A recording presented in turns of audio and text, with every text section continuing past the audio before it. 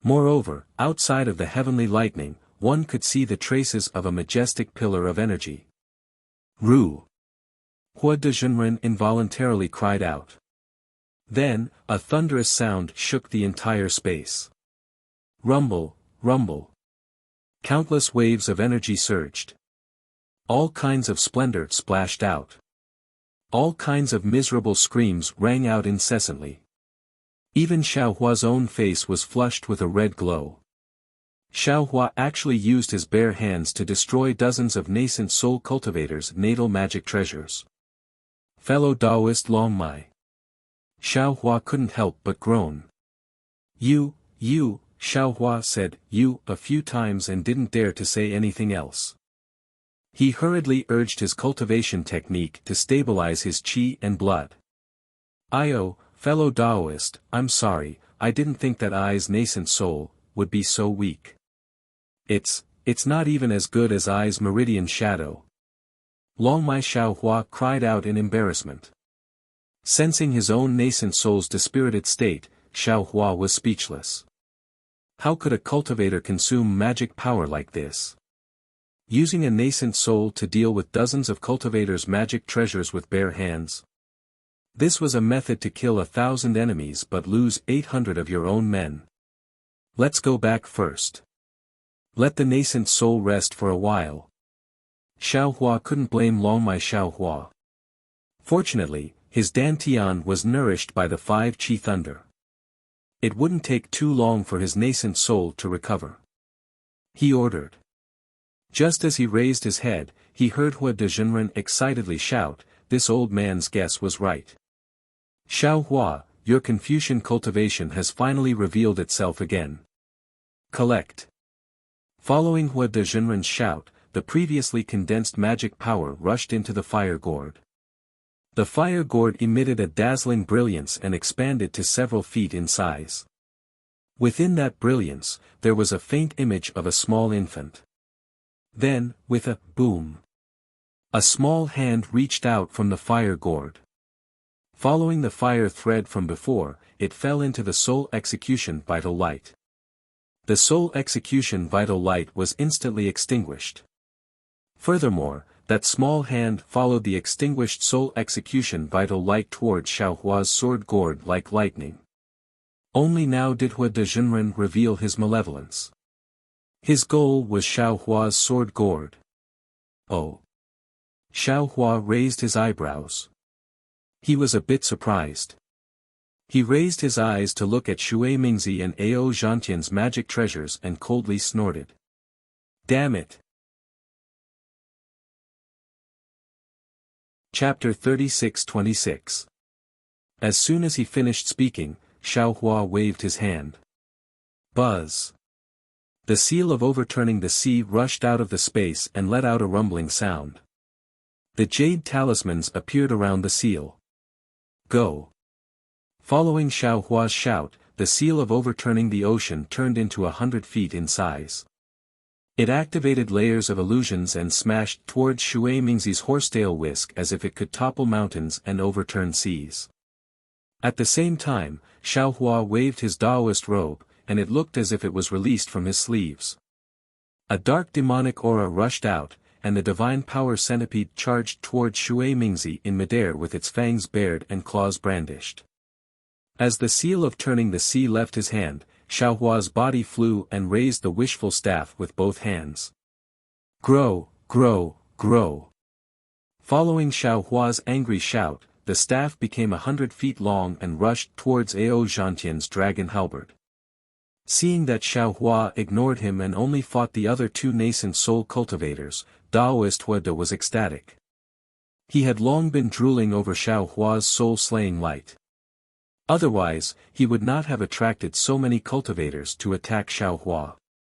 Seeing that the fire gourd's hand was about to land on the sword gourd, Taoist Hua De suddenly had a bad feeling. How could Xiaohua ignore it? This was too strange. Sure enough, at the same time Xiaohua waved the wishful staff, Xiaohua very strangely turned his head and opened his mouth to chant, thousands of hammers chiseled deep into the mountains. just as Xiaohua chanted the first sentence, Daoist Huada's body was immediately surrounded by a large number of pillars of qi. These pillars of qi were like thousands of hammers and chisels that rushed towards Daoist Huada. Immediately, Daoist Huada's body was covered in golden light. This qi was even more powerful than ordinary magic treasures. How is this possible? Daoist Huada was dumbfounded. He hurriedly used his magic power to block the qi pillars. However, just as his magic power surged, his internal organs were inexplicably attacked. It was as if the qi pillars had also appeared in his body. Raging flames burn like nothing. Xiaohua immediately chanted the second sentence. Boom! A flame suddenly appeared in Huada Daoist's heart and lungs. The moment this flame appeared, it became a prairie fire that attacked Huada Daoist's internal organs. In the blink of an eye, Huada Daoist's entire body was covered in flames. Daoist Huada's face was filled with shock. He no longer cared about snatching Xiaohua's sword gourd. He hurriedly activated his cultivation technique. The mana in his body rapidly revolved, wanting to extinguish this heart fire. Unfortunately, no matter how much Huada Zhenren tried to use his magic power, the flames didn't seem to be extinguished. Instead, they became even more exuberant, causing Huada Zhenren's heart to burn even more. Even if my bones are crushed and my body crushed, I will remain pure in this world. After Xiaohua recited the last two sentences, Daoist Huada groaned like a pig being slaughtered.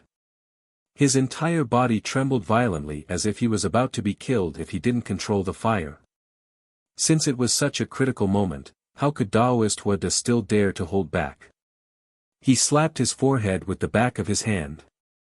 Puff! A stream of fire energy rushed into the sky. Not only did the fire lotus glow in the fire energy, its roots even rushed into his body along with the fire energy convergence. Huh, old bastard Huada, you have white hair all over your body, yet you call others monsters. This Xiao has never denied that he has the cultivation of a Confucian cultivator, yet you deny it again and again. Hit! Xiaohua laughed loudly, but the last word was directed at Ao Zhantian. Seeing that the staff was about to strike again, a helpless expression appeared on Ao Zhantian's face. A brilliant light flashed on his arms, and the dragon halberd flew out, roaring as it met Xiaohua's staff head-on. At the same time, Ao Zhantian narrowed his eyes, and the muscles in his body began to move rapidly. His blood also began to surge, and strands of bloody light flashed on the surface of his body. Crackle! There was a burst of noise. The wishful steel staff had not yet collided with the dragon halberd, but the two murderous weapons began to collide with each other again. Various small vortexes quietly appeared in the nearby dozens of feet, blowing the magic weapons that were damaged by the dragon vein Xiaohua's thunder into the sky. Although these magic treasures were the natal magic treasures of dozens of nascent soul cultivators, the lightning still flashed on these magic treasures, causing the connection between the nascent soul cultivators and their magic treasures to be intermittent. In a situation where the essence of the cultivators was damaged, it was difficult for them to retrieve their magic treasures in a short time. Boom! The staff finally struck the dragon halberd, and a loud sound rang out in the air again. Everyone couldn't help but feel that it was deafening. Ao Zhantian was feeling extremely dejected. He had always been confident in his divine power, and he had always been known for his powerful physical body. However, he didn't think that he would be so weak in front of Xiaohua. Ao Zhantian let out a furious roar as the cracks on his halberd deepened, and his body plummeted like a cannonball. His voice was hoarse, and there was a hint of hysteria in it. Even though this roar didn't make much of a difference, the crimson light around Ao Zhantian's body flashed, and the projection of a gigantic crimson dragon gradually emerged from his bloodline. Ao Zhantian actually had the bloodline of a true dragon. Ao Zhantian urged his bloodline to fight with Xiaohua, but Xiaohua borrowed the power of the staff to fly up again. His hands formed a seal, and the first shadow of the seal of overturning the sea collided with the golden light of Shui Mingzi's horsetail whisk. At this time, the seal of overturning the sea was different from before. Although Xiaohua didn't deliberately refine it again, the shadow had already solidified. Although Shui Mingzi's horsetail whisk was also refined with an extremely rare material, it was abnormally sharp and could penetrate almost anything. However, when it collided with the shadow of Xiaohua's seal of overturning the sea, it was still smashed by more than 70%. Although the shadow had completely collapsed, Shui Mingzi couldn't help but be shocked. On the hidden immortal continent, when had he ever met a Taoist cultivator who could control a magic treasure to fight with him? Moreover, the Herculean centipede, whose shiny black body was covered with dense and strange golden runes, was even more cunning. Just like when Xiaohua fought with him in the past, it immediately rushed over when he saw a flaw in his fight with the seal of overturning the sea. When he fought with it again, it immediately fled. At this time, Shui Mingzi saw that Xiaohua actually pounced on him in the blink of an eye. The shadow of the second shadow of the seal of overturning the sea was like a huge mountain pressing down on him. Shui Mingzi had no choice but to pour 90% of his magic power into his horsetail whisk. The horsetail whisk emitted a golden light, and thousands of horsetail whisk turned into thousands of sword lights that pierced towards the seal of overturning the sea. Of course, among these thousands of sword lights, he also left some to stab towards the Herculean centipede in the distance that seemed to be attacking him together with Xiaohua. Puff, puff, puff. Although Xiaohua's seal of overturning the sea was powerful, it was, after all, a shadow. Under these thousands of golden sword lights, it was pierced full of holes. Moreover, these sword lights didn't lose their momentum and actually rushed towards the main body of the seal of overturning the sea. Crack, crack. Similarly, when the attack of the seal of overturning the sea was blocked, the Herculean centipede immediately stopped. Its entire body curled up, and its hard carapace pointed outwards. It was like a hedgehog with a mouth full of spikes, making those sword lights unable to pierce through it. Humph. Xiaohua coldly snorted and pointed his hand. Roar. A coiling dragon spun up and urged the seal of overturning the sea to press down heavily. A vast and mighty aura rushed over, and before it could land, it had already completely suppressed the sword lights of the horsetail whisk. Do you think this old man is scared of you? Shui Mingzi similarly sneered. He opened his mouth and spat out a mouthful of blood essence. He formed a seal with one hand, and several rays of light fell into the blood essence. When the blood essence entered the horsetail whisk, buzz, buzz. A trembling sound resounded. The complete strands of light instantly emitted a red color. They either spun, twisted, or pierced straight. They forcibly pierced through the brilliance and pearls around the seal of overturning the sea and blocked the momentum of the seal of overturning the sea. However, at this moment, Xiaohua once again shocked Shui Mingzi. Xiaohua actually abandoned the seal of overturning the sea at this crucial moment. A whirlwind rolled up around his body, and in the blink of an eye, he once again pounced towards Daoist Huada. In the blink of an eye, Daoist Huada had just used the fire essence to block Xiaohua's Confucian fire attack, and before he could use the fire gourd to collect the sword gourd, Xiaohua suddenly turned into a gust of wind and arrived in front of him. This truly frightened Daoist Huada. Just as he was about to respond, a sharp pain like a sharp awl piercing into his Naiwan palace made him unable to help but take a deep breath. Without waiting for him to use a secret technique to resolve the pain, he saw the spirit execution light suddenly split into two. It bypassed his fire strands and slashed towards his neck with lightning speed. Daoist Huada once again turned pale with fright. He hurriedly wanted to use the fire gourd, but because of the pain in his Naiwan palace, he was a bit slow. Poof! Daoist Huada had no choice but to open his mouth and turn a mouthful of true fire into a fire wall in front of him. Just as the fire was born, whoosh! Another golden light appeared out of nowhere and flashed towards Daoist Huada's left arm. Ah! Daoist Huada only felt a chill in his left arm, and then a sharp pain came. His left arm holding the fire gourd was cut off like rotten wood by a pair of golden scissors. His left arm's defensive treasure armor didn't have any resistance. At the same time, just as the sharp pain came out, Xiaohua's right hand waved his Daoist robe. His action was even more natural than moving clouds and flowing water. In an instant, Daoist Huode could no longer sense the location of his fire gourd. This is this old man's life source magic treasure. Daoist Huode was simply going crazy. He schemed against Xiaohua's sword gourd, but he didn't think that Xiaohua was also scheming against his fire gourd. He hadn't even touched the sword gourd's hair, but Xiaohua's series of attacks had already caused him to lose the rice used to steal the chicken. Poof! Looking at Xiaohua again, he simply took advantage of Daoist Huode and didn't wait for Daoist Huode to come to his senses. He opened his mouth and several sword lights pierced towards Daoist Huode's heart. Suddenly, an indescribable palpitation appeared in Daoist Huode's heart. Ah! Daoist Huode couldn't help but exclaim, but just as he exclaimed, another sharp awl pierced into his Naiwan palace. How was this a fight? It was simply a one-sided slaughter. Daoist Huode couldn't imagine that Xiaohua's Daoist cultivation realm was lower than his, but his strength was actually far beyond his own. Moreover, Xiaohua's Confucian cultivation strength was even higher than his. At this time, Xiaohua wasn't fighting alone, but a Daoist cultivator, a Confucian cultivator was fighting. Chapter 36-27.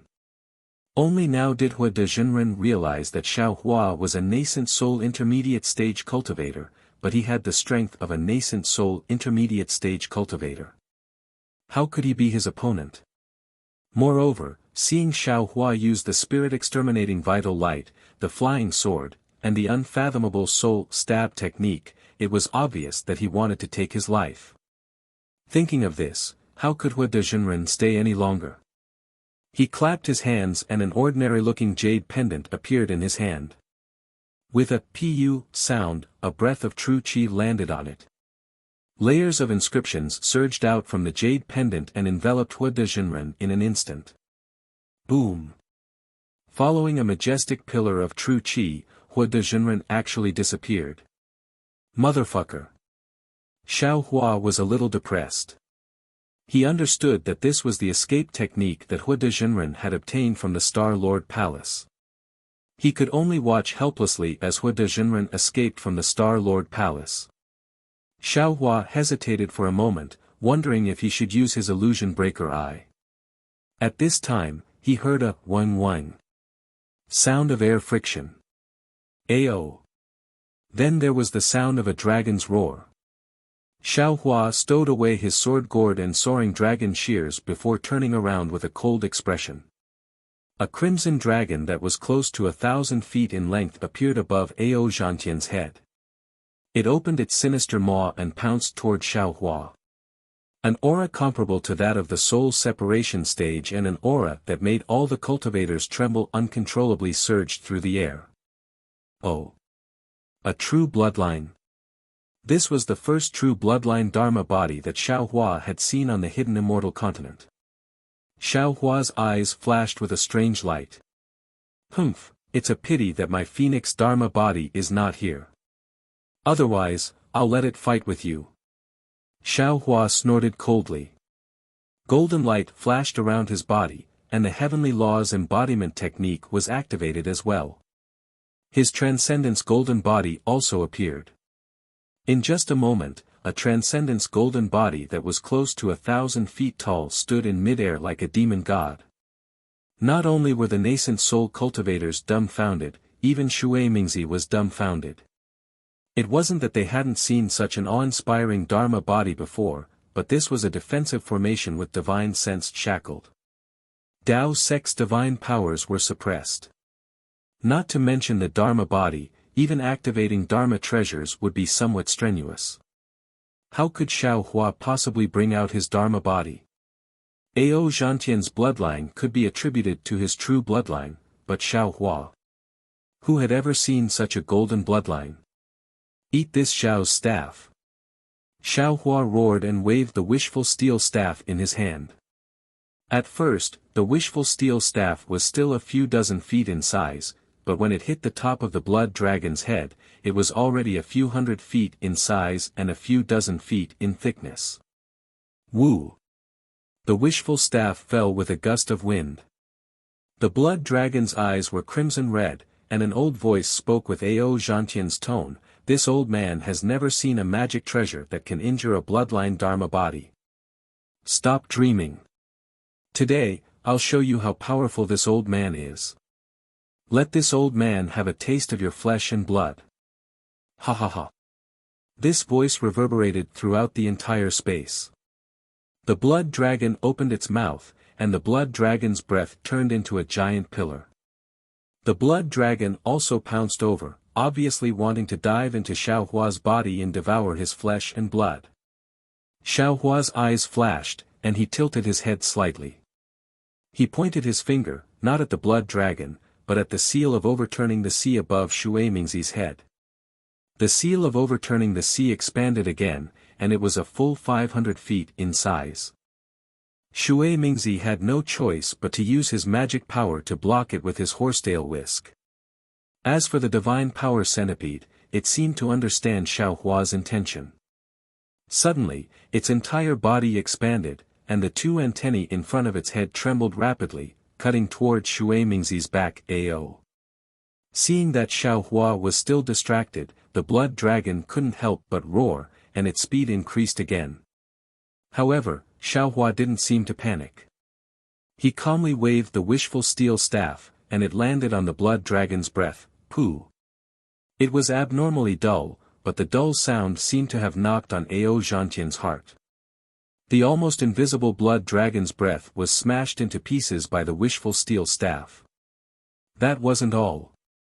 Ao Zhantian was still stunned by what happened next. The blood dragon's breath disappeared with the wishful steel staff, and the wishful steel staff didn't stop for too long. It passed through space and landed on the blood dragon's head with a loud bang. Ao Zhantian's arrogance was finally broken today. The blood shadow Dharma body, which he thought was impossible to injure, was like an ordinary demonic beast under the wishful steel staff. Boom! A loud sound rang out, and Ao Zhantian felt as if a mountain was pressing down on him. It was more direct than being hit by any magic treasure or spell. Pooh!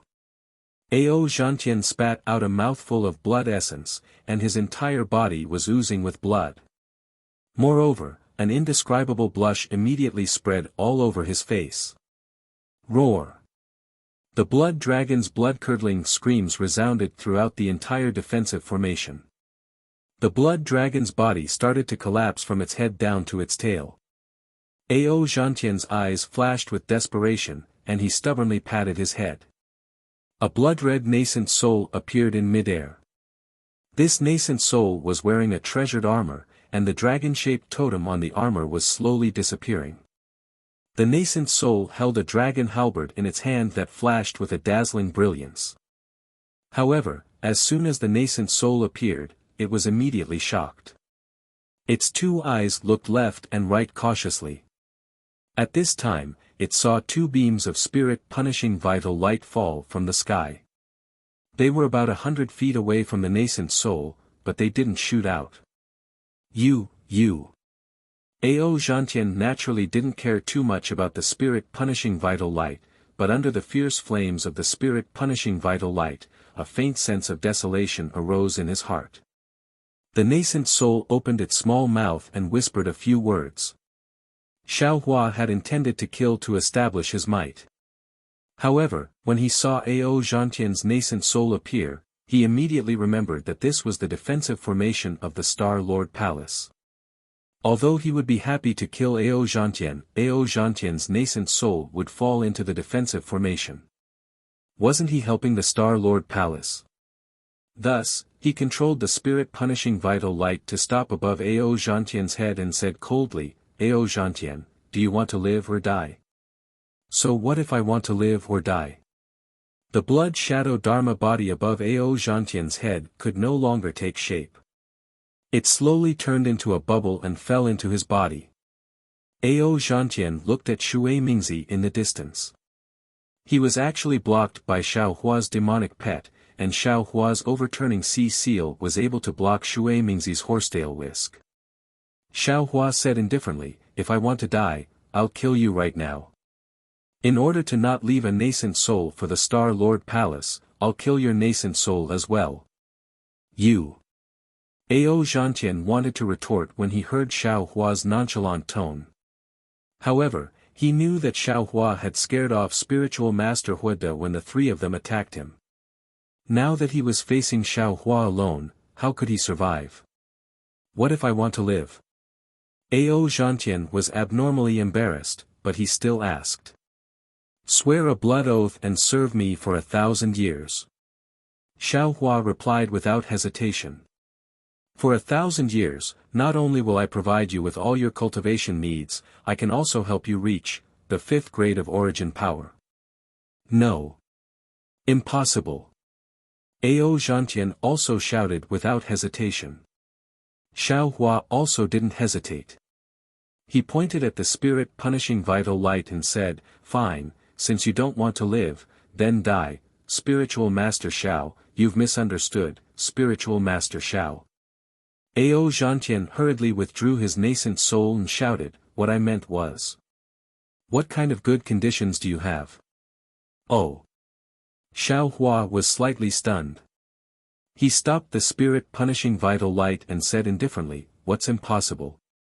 At this point, do you still have a choice?" Then, Xiao Hua turned his head and looked at the dozens of nascent soul cultivators. His huge body was like a demonic god as he shouted, "And you all, swear a blood oath immediately and serve me for 1,000 years. Otherwise, I'll kill you on the spot." Ah! All the nascent soul cultivators were dumbfounded. They looked at each other, not knowing what Xiao Hua wanted to do. Ao Zhantian. Xiao Hua didn't care about these small fries. He looked at Ao Zhantian and said, "You'll be the first." Then, Xiao Hua raised his eyebrows and swung the wishful staff in Shui Mingzi's direction with a boom. Shui Mingzi was scared into flying far away. His horsetail whisk was powerful, but against the wishful staff, it didn't have any advantage at all. He was scared away, but the seal of ocean overturning seal and the Herculean centipede still caught up to him, not giving him any chance to escape.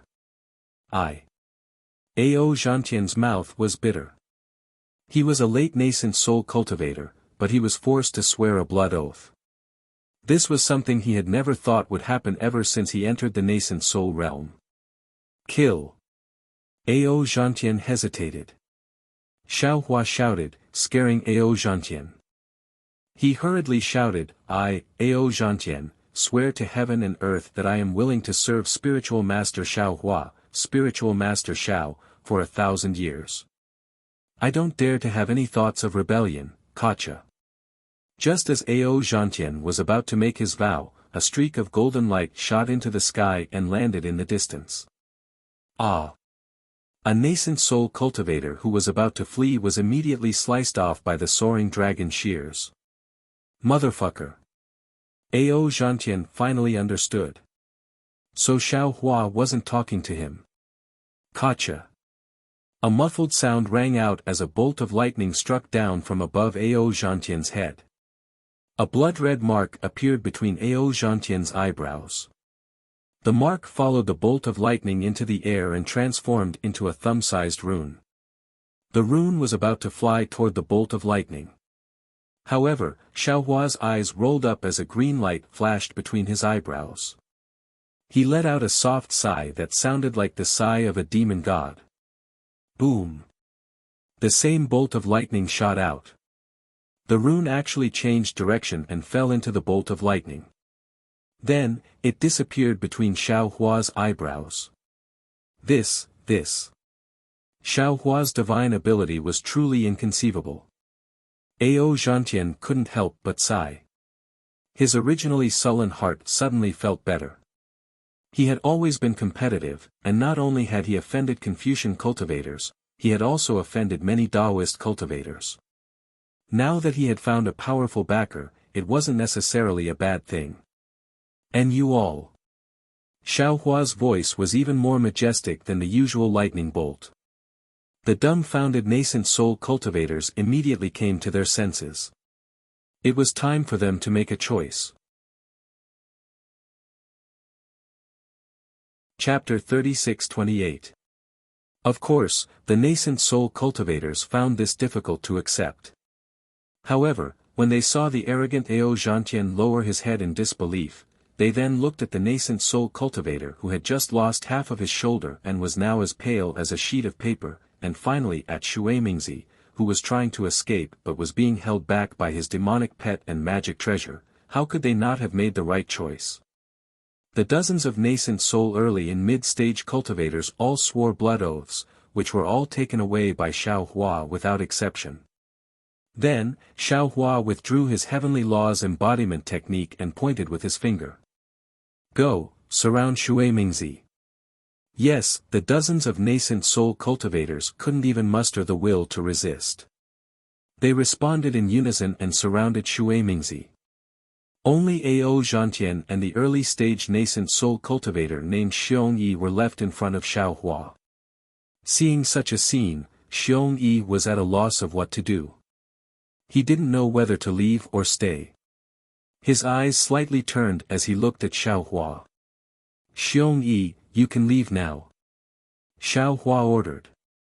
Yes, thank you, senior. Xiong Yi came to his senses and hesitated. He bowed and flew into the distance. Ao Zhantian said indifferently, Daoist Xiao, although I swore a blood oath to follow your orders, if you don't respect me, I would rather self-detonate then. Can you still self-detonate now? Xiao Hua replied even more indifferently than Ao Zhantian. Ao Zhantian's expression changed greatly. However, Xiao Hua quickly added, of course, fellow Daoist, don't worry. I am not like that old bastard Huada. You will know my character in the future. All right. What else could Ao Zhantian say at this point? He looked at Shui Mingzi who was surrounded by the nascent soul cultivators and said in a low voice, this Shui Mingzi has some background. If you can subdue him, it will be of great benefit to you. Oh. Xiao Hua raised his eyebrows and nodded. Brother Ao, don't worry. In the Yaotai Mountain, he will either fall into the hands of the Star Lord Palace or me. I believe he will make his own decision. All right, I'll accompany you. Ao Zhantian said in a low voice. He was naturally unwilling to let Shui Mingzi escape after falling into Xiao Hua's hands. By the time Xiao Hua and Ao Zhantian arrived at the scene, Shui Mingzi had already put away his horsetail whisk and was hovering in midair. The seal of overturning the sea had already enveloped him from afar, and the divine power centipede had already activated its demonic chi to fly close to him. Shui Mingzi. Ao Zhantian looked at the helpless expression on Shui Mingzi's face and said, this old man won't say anything else. Previously, we all fell into that old bastard Huada's trap. Now that we have offended Daoist Xiao is quite magnanimous. He doesn't want our lives, but he wants us to serve him for 1,000 years. I know. Without waiting for Ao Zhantian to finish, Shui Mingzi waved his sleeves and said, since I've made my choice, I won't regret it. However, this old man doesn't quite believe what Daoist Xiao said just now. Yes. Without waiting for Ao Zhantian to speak, Xiao Hua waved his hand and threw a jade box to Shui Mingzi. He said proudly, take a look at this first. This is. Shui Mingzi was a little stunned. He picked up the jade box with a strange expression. When he opened the jade box, he saw a golden light flashing inside. It was a 10,000-year-old human essence. He was stunned for a long while before he came back to his senses. He hurriedly closed the jade box and said, I'm willing to serve Daoist Xiao Hua for 1,000 years, all right. Xiao Hua accepted Shui Mingzi's blood oath. Seeing that Shui Mingzi was about to return the jade box to him, he said with a smile, I'll bestow this item to you. No, no way. Shui Mingzi's mouth fell open. He couldn't believe his ears. Daoist Xiao, this item, I told you to take it, so take it. Xiao Hua was displeased. He took out another jade box and threw it to Ao Zhantian. I just happened to get some. Take it as a greeting gift. Ao Zhantian had been curious for a long time. He took the jade box and hurriedly opened it to take a look. His eyes flashed with astonishment. He didn't stand on ceremony and hurriedly accepted the jade box. He bowed and said, Daoist Zhao's fortune is truly beyond our reach. We've searched several spell formations, but we couldn't find any useful ones. I didn't expect Daoist Xiao to obtain such a bountiful harvest in such a short period of time. I thank Daoist Xiao for his generous gift. You're welcome. Xiao Hua waved his hand. I don't have many of these items. You've all gotten a bargain. Thank you, Daoist Xiao. Seeing that Ao Zhantian accepted the jade box, Shui Mingzi hurriedly hid it away. You all have your own rewards. Xiao Hua looked at the curious nascent soul cultivators and said with an indifferent expression, however, I can only bestow them to you after the Jadestage meeting. Thank you, Senior. Why did a group of nascent soul cultivators come to Jadestage Mountain? Wasn't it to obtain some rewards? Since Xiao Hua had a treasure that even nascent soul late-stage cultivators liked, what was 1,000 years of service to him? Xiao Hua kept the seal of overturning the sea. The Herculean centipede bared its fangs and brandished its claws beside Xiao Hua, as if it was showing off. When Xiao Hua opened his Daoist robe, it obediently flew back into it. Daoist Xiao. Your demonic pet is truly powerful. If you refine it for another 100 years, I'm afraid it'll be able to compete with an upper 4th grade essence force cultivator. Shui Mingzi couldn't help but exclaim. Xiao Hua smiled and replied, how would I have the time to refine it? Let it cultivate by itself. Shui Mingzi opened his mouth as if to say something, but he stopped himself. Daoist Xiao, what should we do now? Ao Zhantian said with a bitter expression. I can't help Daoist Xiao with my injuries on Jadestage Mountain. There's no need for you to help. Xiao Hua's body flashed with golden light again, and the mountain river seal flew out. He said, come in and rest. I'll let you out once we leave Jadestage Mountain. This. Ao Zhantian wasn't like Su Tingzi. He frowned and said, if I enter the nation weapon, won't my life follow Daoist Xiao? If Daoist Xiao dies on Jadestage Mountain, won't I also be doomed? If you don't go in, can you walk out of Jadestage Mountain alive? Xiao Hua replied. Moreover, do you think you can live longer than me? Shui Mingzi was also hesitant. He asked, Daoist Xiao, this nation weapon is used by Confucian cultivators to suppress our Daoist sections. Although we don't mind going in, can it suppress dozens of us at the same time? It's only 30 or so, no problem. Xiao Hua said confidently. This junior is willing to go in. The injured nascent soul cultivator hurriedly said, as if he wanted to redeem himself by doing good deeds, but also as if he was really afraid of dying inside the formation. Xiao Hua waved his hand, and a stream of dragon chi rushed out, immediately sucking him in. Of course, at the same time, Xiao Hua pointed his hand and landed on the top of his head. When he lost consciousness, he used his mind to send him into the space. Although there was a first, the others were still hesitant. After all, this was different from swearing a blood oath and being controlled for 1,000 years. This was putting their lives in the hands of others. However, just as they were hesitating, a thunderous boom came from the distant horizon. Everyone looked up and saw the blood-red sky in the distance collapsing one after another. Between the collapses, there were thousands of flashes of lightning. After the blood-red sky collapsed, it turned into a blood-red stream that swept toward everyone. Damn Star-Lord Hall! Xiao Hua saw this, and how could he not know what the Star-Lord Hall was planning? This was not much different from the Star Lord Defense Formation on the Yaotai Mountain. They both wanted to kill most of the Taoist cultivators, leaving only those who had the means to escape death. Xiao Hua swept his gaze and said coldly, "This old man doesn't have time to waste with you. The formation has already begun to close, so this old man is going to find a way out. Senior, please wait a moment, this junior is willing to go in." A group of panicked cultivators hurriedly called out.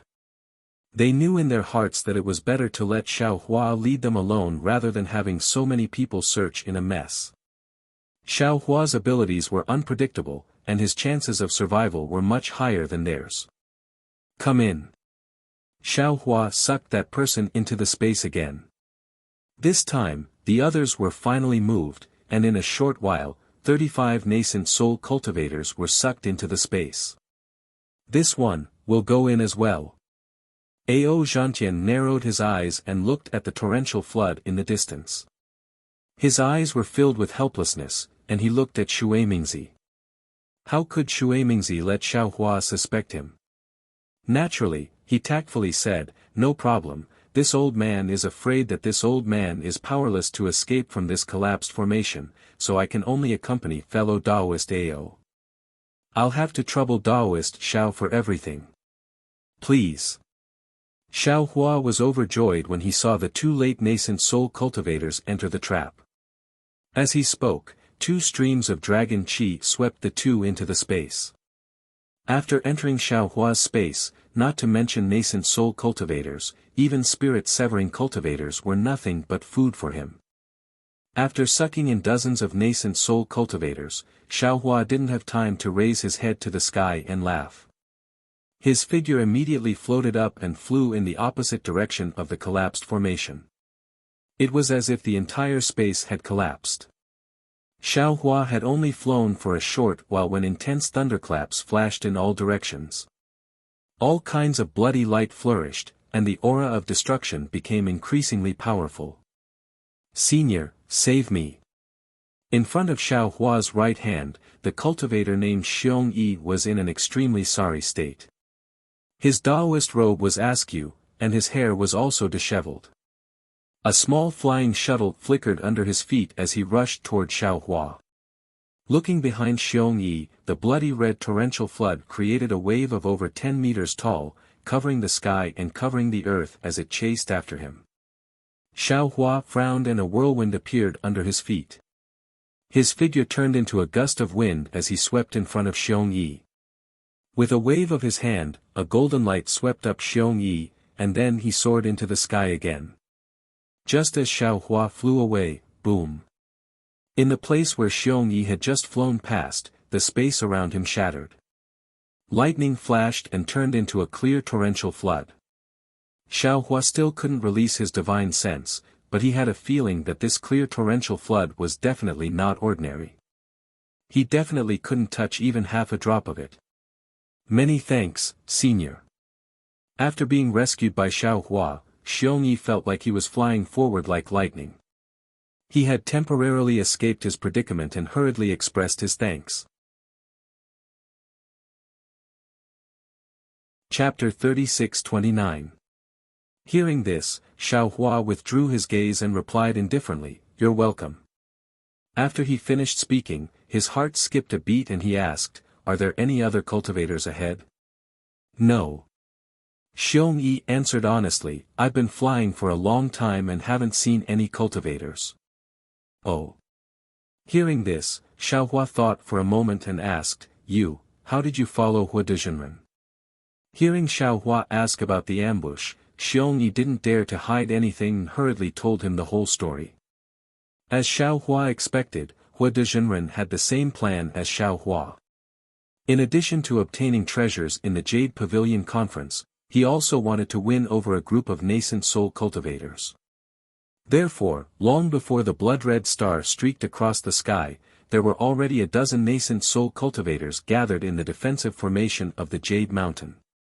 Including Ao Zhantian and Shui Mingzi, there were already more than 30 cultivators in the defensive formation of the Sand Island.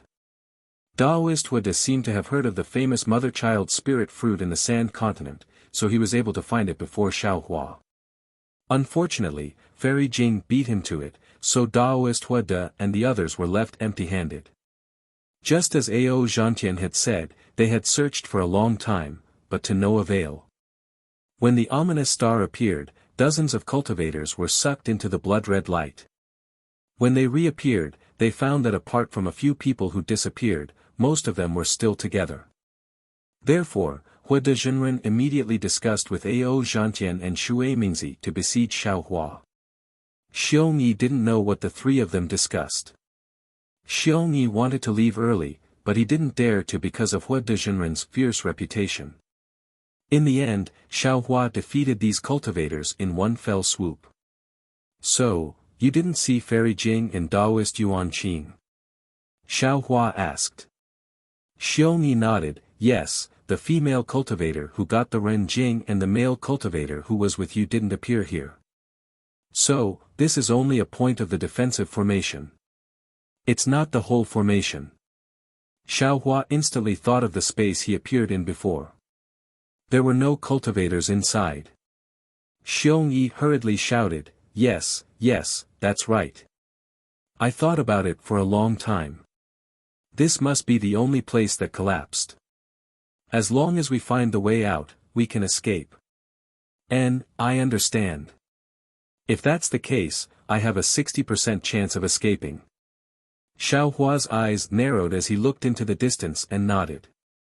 However, it's very inconvenient for this old man to bring you along. Senior, Junior is willing to work for Senior. Xiong Yi was used to Hua De Zhenren's face. Xiao Hua's little tail had just been exposed, and he immediately agreed. That. In the end, Xiao Hua was not as thick-skinned as Daoist Hua De. He said somewhat embarrassedly, Xiong Yi, you misunderstood. What I mean is, Senior, you misunderstood as well. Xiong Yi said with a smile, in fact, I came to the Yao Tai meeting on one hand to get the rare treasure. On the other hand, I hope to find some useful people. After all, on the hidden immortal continent, there are very few Confucian cultivators that we can trust. It's best to find a Taoist cultivator to help us. As for the third objective, if I can meet an expert like Senior, I don't mind submitting to you. To tell you the truth, I met a fellow cultivator in the late stage of the nascent soul stage in the early stages of the Jade Pavilion meeting. I chatted with him for a while.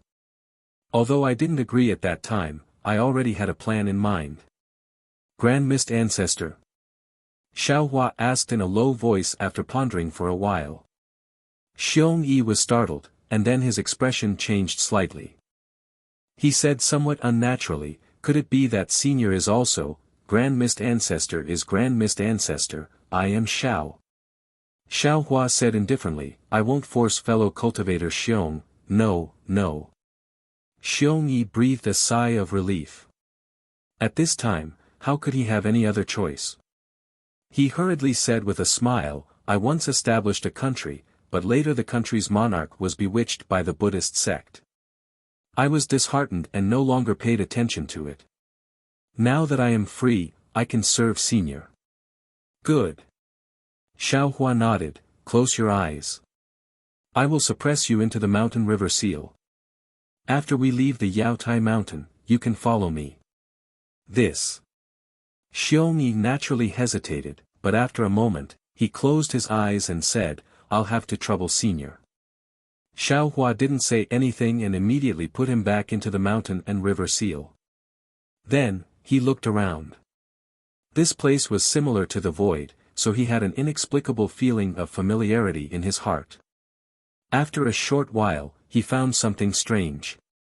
However, this strange thing seemed to be mobile. Before Xiao Hua could fly over, it immediately disappeared. It was exactly the same as when Xiao Hua mysteriously appeared in Hua De's encirclement. Whoosh!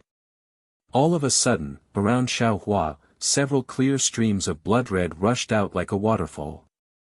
Although those streams of water weren't large, wherever they went, the entire space collapsed. The streams rushed out in a strange way, and Xiao Hua was caught unprepared.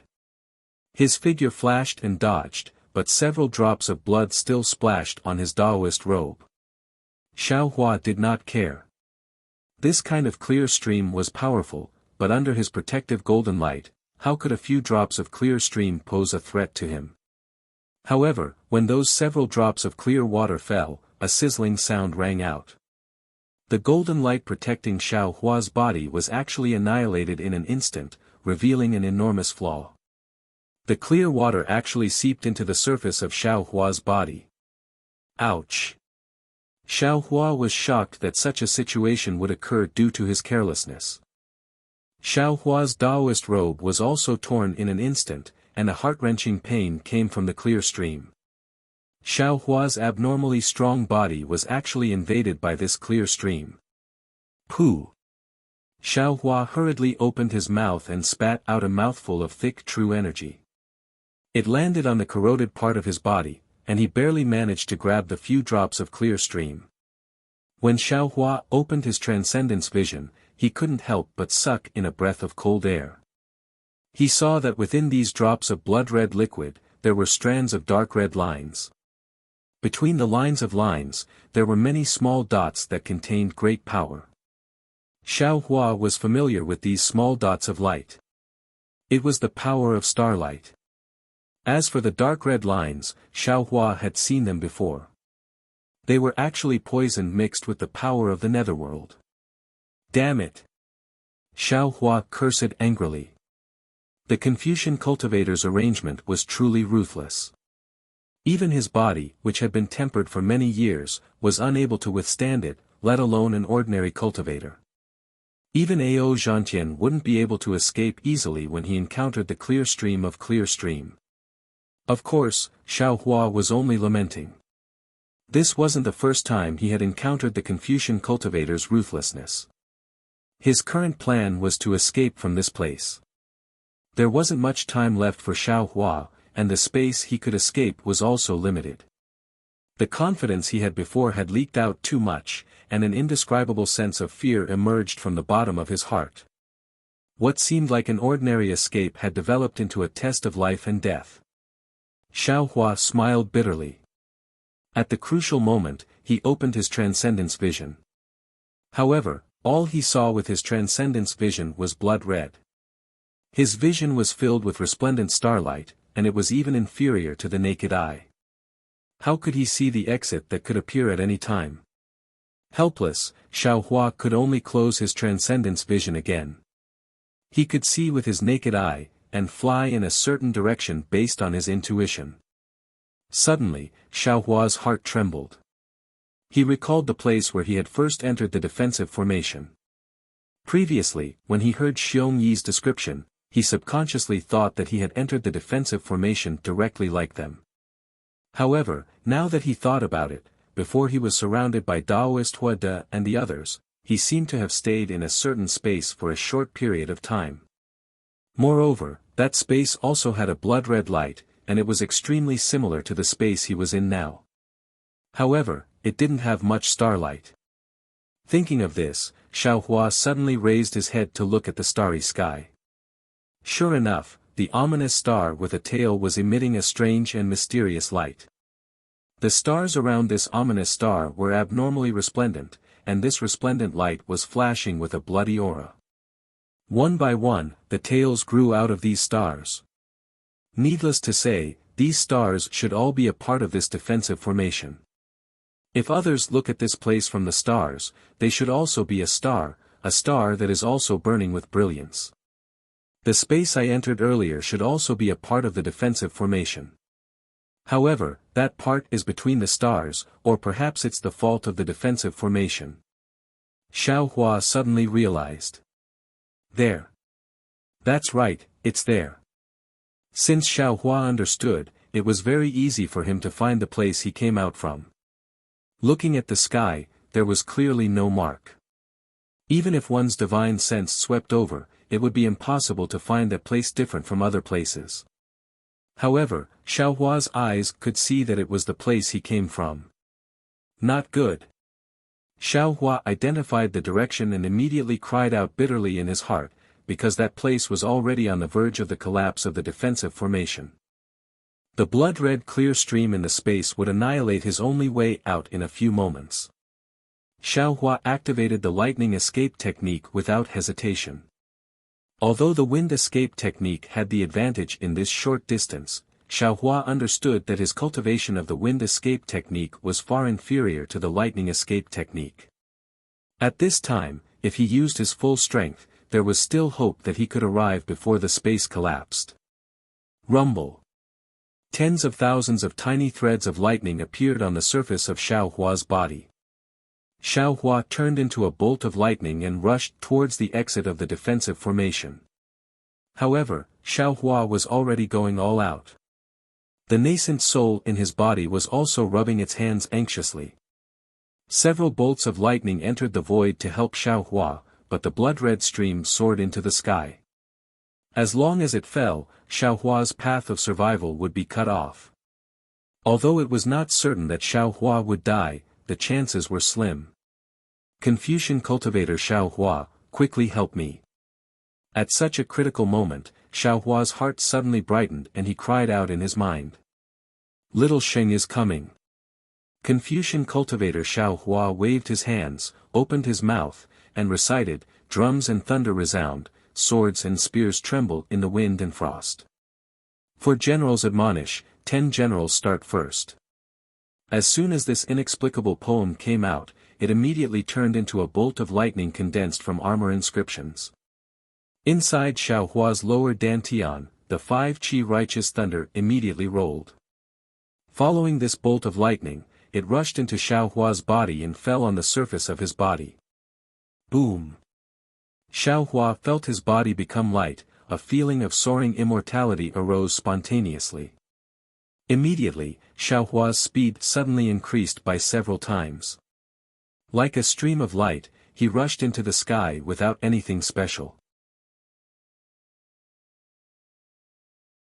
Chapter 36:30. What's especially strange is that Xiaohua's entire body immediately disappears where he landed, only leaving behind faint lightning threads at the edge of the void. Those lightning threads only flashed for half a second before the bloody stream fell and all the lightning threads were torn apart. The space also shattered. Damn it, so close! A passageway like a pillar of light appeared in front of Xiaohua. Without Xiaohua activating the lightning escape technique, his entire body began to flow in the passageway. However, the pressure in the passageway was abnormal and there was also a rapid tearing force, causing his body to be pulled out of shape. Xiaohua activated his magic power to resist, feeling extremely lucky in his heart. If I didn't use the 5 qi righteous thunder to activate the lightning escape technique, not only would it be impossible for my lightning escape technique to reach the realm of leaping thunder, it would also be impossible for me to break free from the defensive formation, Wu. Just as Xiaohua changed his mind, the pillar of light disappeared again. Xiaohua's body lightened and he looked around again. Sure enough, all around him was crimson red light, not a single star. Phew! Xiaohua let out a long sigh of relief. Previously, he used all his strength to activate the lightning escape technique and forcefully rushed into the realm of leaping thunder 3 realms. His entire body showed a kind of fatigue, as if the realm of lightning escape technique's 3rd grade was far from what a Yuanian cultivator could control. However, just as Xiaohua let out a sigh of relief, a gust of wind rolled up beside him and what he had experienced before happened again. Damn it, can't you let me breathe a sigh of relief? Xiaohua sensed that his entire body was bound by a powerful force and knew that the fault in space didn't allow cultivators to stay. He couldn't help but smile bitterly and curse. Ah! When the force disappeared, Xiaohua opened his eyes and saw everything in front of him clearly. He couldn't help but exclaim in a low voice, not to mention that Xiaohua had just escaped from the wolf's den and entered the tiger's den. The embarrassed Huadezhenren was forced to take out the jade pendant by Xiaohua. He spat out a mouthful of true qi and layers of inscriptions gushed out from the jade pendant to cover him.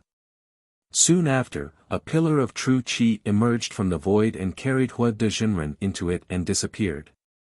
When the pillar of true qi disappeared, Hua Dezhenren's figure appeared above a layer of blood-red clouds. The blood-red clouds looked like cotton wool that covered the sky. There was no end to it at all. Above the clouds, there were groups of immortal soldiers in bright armor patrolling the area. As soon as Hua Dezhenren revealed himself, he immediately attracted the attention of the nearby immortal soldiers. The leading immortal soldier held a sickle-like weapon in his hand and shouted, "Where did this cultivator come from? Is this a place where you can break in?" Cough, cough. Taoist Master Hua De coughed twice. He raised his eyes to look at this group of third-grade origin energy immortal soldiers. Raising the jade pendant in his hand, he indifferently said, "This old man is a star general under Hall Master Kong. It is precisely on the Hall Master's orders to enter the Jade Pavilion meeting. Your humble servant greets Sir Star General." The captain's eyes lit up when he saw the jade pendant in Hua Dezhenren's hand. He immediately became respectful and clasped his hands. "This is my duty. I hope Sir can forgive me." "Yes, I understand." Hua Dezhenren put away the jade pendant. Raising his eyes to look all around, he asked, "If this old man is not mistaken, this place is Star Lord Wellwood Sprite Shangguan Yiran's jurisdiction. Quickly bring me to see Star Lord Shangguan Yiran. What Sir said is correct. This place is precisely General Wellwood Sprite's jurisdiction." That immortal soldier saw Hua Dezhenren was very familiar with the Jade Mountain Range.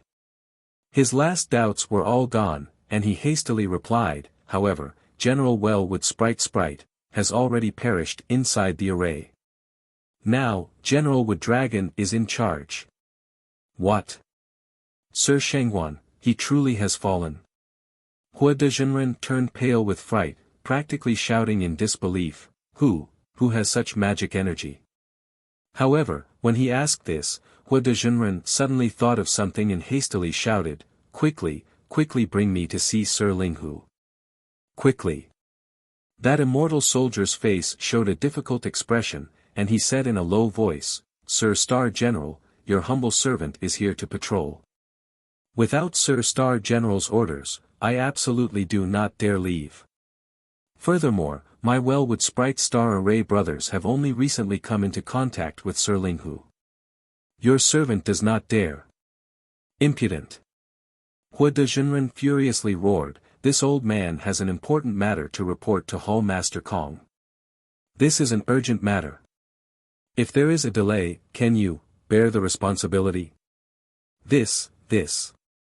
The immortal soldier hesitated and hastily asked, "I wonder what Sir's important matter is. You are not qualified to know." Hua Dezhenren sneered, "However, this old man can reveal a little. If this matter is not false, it should be related to the fall of General Wellwood Sprite." "Good, sir, please follow your humble servant." When the immortal soldier heard that it was related to Shangguan Yiran's death, he did not dare to be negligent. He hastily ordered the rest of the immortal soldiers to continue patrolling. He took out a flying boat and placed it in the air. He invited Hua Dezhenren to board the flying boat, and he himself drove the flying boat to rush into the clouds. The flying boat produced clouds and carried the two of them to a place at lightning speed. Above the crimson clouds, there were many patrolling immortal soldiers. There were also many immortal generals riding flying beasts and patrolling everywhere. Hua Dezhenren standing on the flying boat naturally attracted the attention of the patrolling immortal soldiers. However, the immortal soldier driving the flying boat took out a small triangular flag from his bosom and stuck it on the bow of the boat. Those immortal soldiers and immortal generals who were about to fly over stopped. After the time to drink a cup of tea, more and more soldiers and horses appeared in front of them.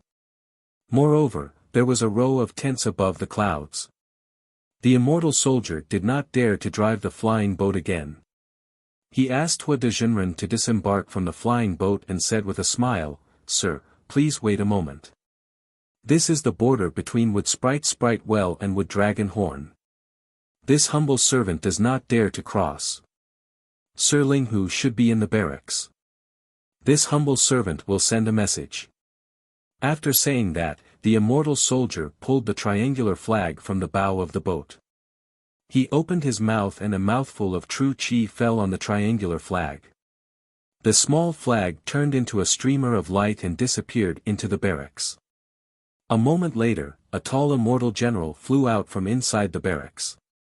In his hand was that triangular flag. Looking at the immortal soldier and Hua Dezhenren, he coldly said, "Who are you waiting for to issue the command flag? Is there some urgent military matter?" "Reporting to Sir, this humble servant is Wood Sprite Wells 13 Barrack 7th Squad Captain, Zhou Hong." The command flag was issued by this humble servant. That immortal soldier hastily bowed and saluted, "This is Hall Master Kong Star General. He has news of the death of our Wood Sprite Wells General. You and the others follow Mojia." When that immortal general heard this, he did not dare be neglectful.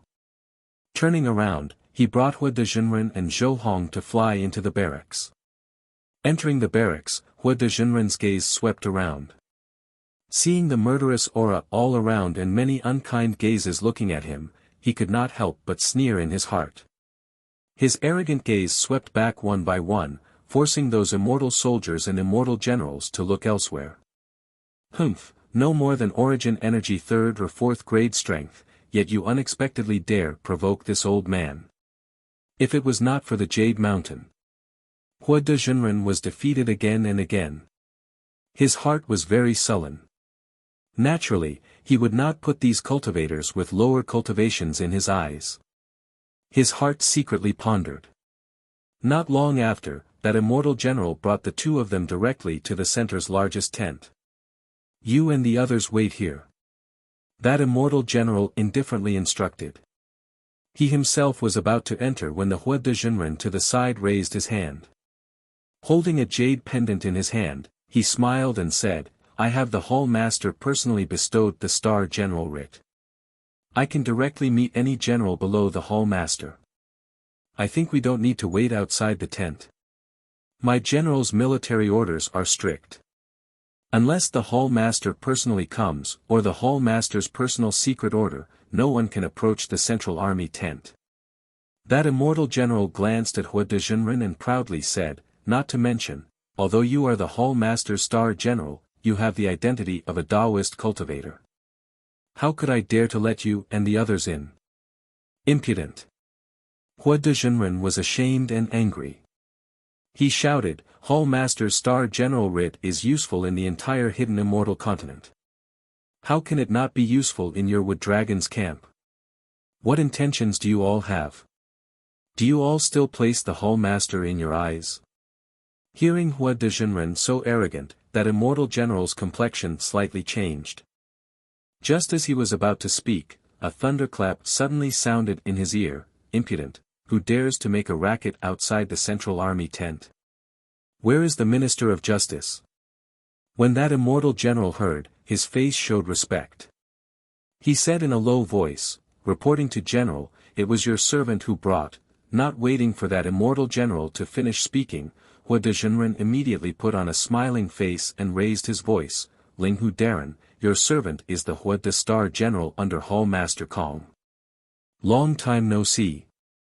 Is General's style still the same?"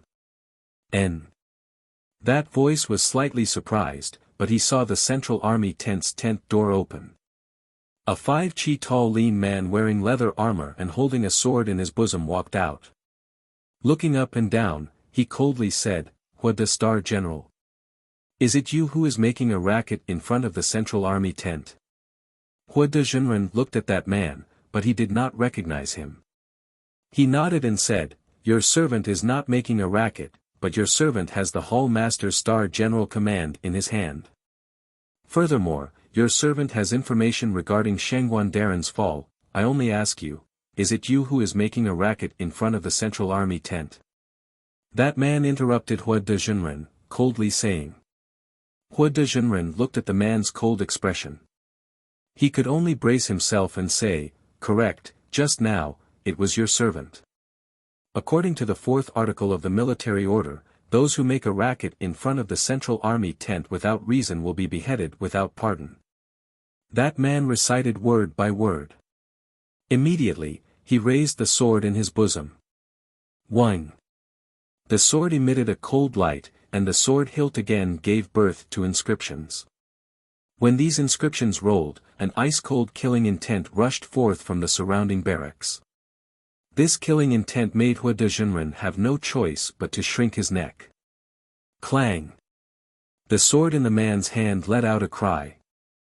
A cold light rushed out from the sword scabbard, directly slashing towards Hua Dezhenren. Even as strong as Hua Dezhenren was a late-stage nascent soul cultivator, in the instant the sword fell, the several chi of space around his body was completely confined. He simply did not have any possibility of dodging, as if he could only be tied up. Hua Dezhenren turned pale with fright. A brilliance flashed above his head, and his nascent soul rushed out. His hands rubbed together, and a brilliance was born, wanting to block the sword. Unfortunately, the sword was incomparably sharp. The brilliance was immediately cut in half by the sword's edge. Chapter 36-31. Lord Linghu. Taoist Master Hua De's nascent soul shrieked. That voice carried a timid tone as he said, "Your humble servant has news of Lord Shangguanyi Ran's fall. This is a major military matter. If you dare avenge a private grudge, delaying Lord Hall Master's matters, not to mention Lord Hall Master will not forgive you, even you 28-star lords will fall one by one, stop." A shout came from inside the tent. That man's sword stopped in midair as if cast from iron. Although Taoist Master Hua De's body could not budge, the cold sweat on his forehead was already dripping. "Let them in." Following the dignified voice from inside the tent, the man put away his sword and retreated to the side. That immortal general raised his hand and said with a fake smile, "Star General Hua De, please." Then, he threw the triangular banner to Zhou Hong and said, "You go in, too." Zhou Hong was very terrified. Taking the banner, he hastily saluted, "Your humble servant has been ordered by Lord Star General to send him here. Now, since Lord Wood Dragon wants to see Lord Star General, your humble servant should return to patrol. Did you not hear Lord say to let you all go in?" The immortal general coldly smiled and said, "Yes, Lord." Zhou Hong did not dare argue. Answering, he hastily lowered his head and followed Taoist Master Hua De into the tent. That Taoist Master Hua De originally had an untamed heart.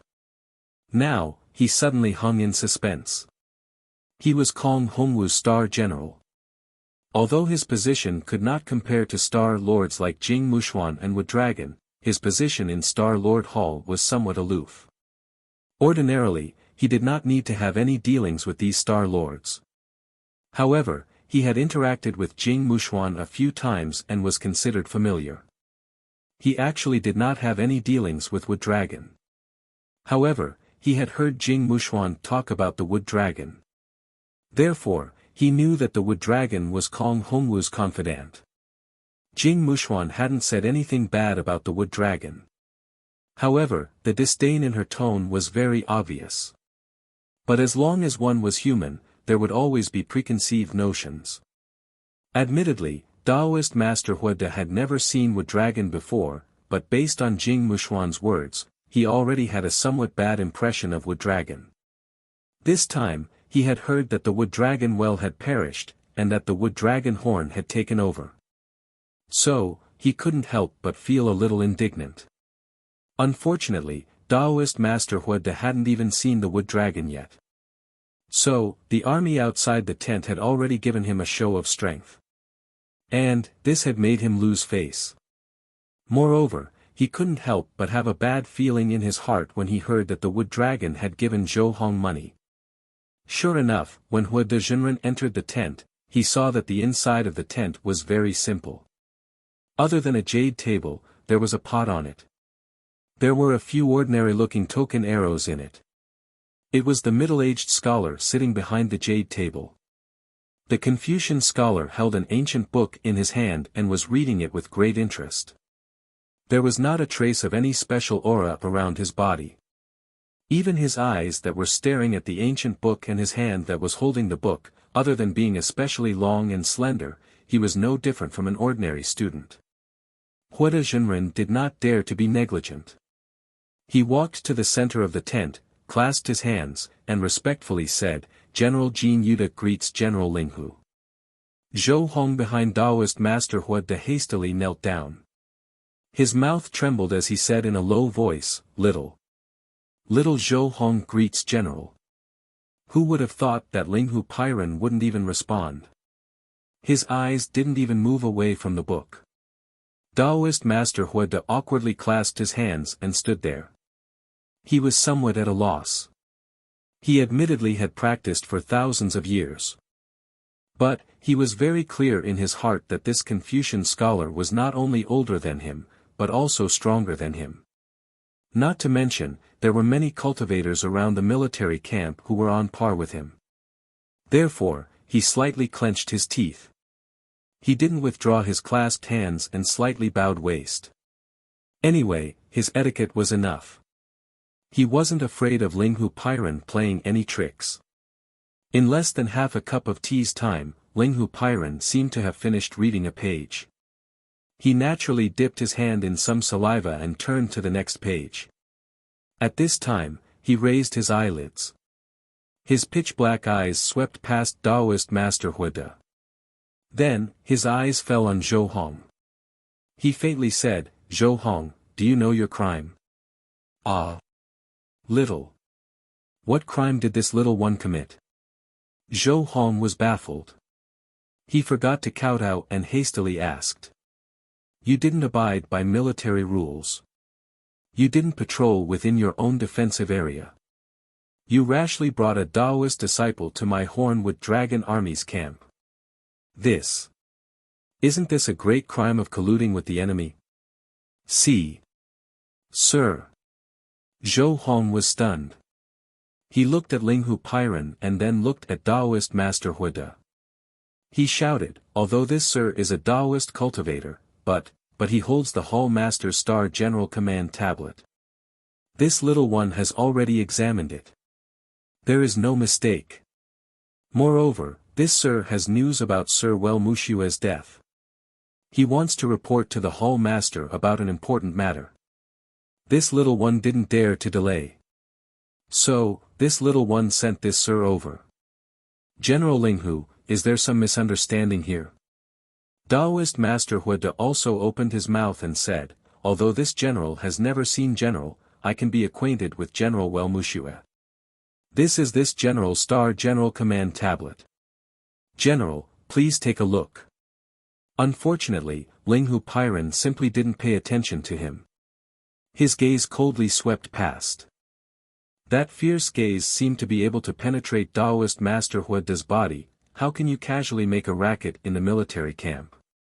Did this general allow you to speak? Taoist Master Huida's hand once again froze in place, not daring to move.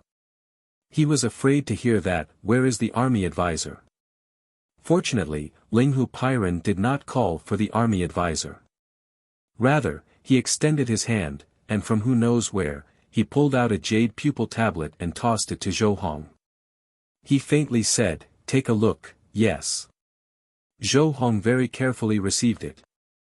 Clear light flashed in his eyes, but a moment later, his face was deathly pale. Large beads of sweat dripped down his forehead. Immediately, he kowtowed, "General, spare me." This little one did not know that this Sir's Star General Command tablet had already been abolished. This little one did not receive the order at all. Where is the army advisor? Linghu Pairen did not waste words, ordering. "Yes, sir." The army advisor's hand clasped a sword as he entered. Linghu Pairen took out a token arrow from the token pot and said, "Go investigate whether or not this Zhou Hong spoke the truth. If it is, see who dares to delay the military. Bring that person's head. If Zhou Hong is lying, bring Zhou Hong's head." After he finished speaking, an inscription flew out of Linghu Pairen's mouth and landed on the token arrow. That token arrow floated with a bloodlight and flew into the army advisor's hand. "Yes, sir." The army advisor received the order.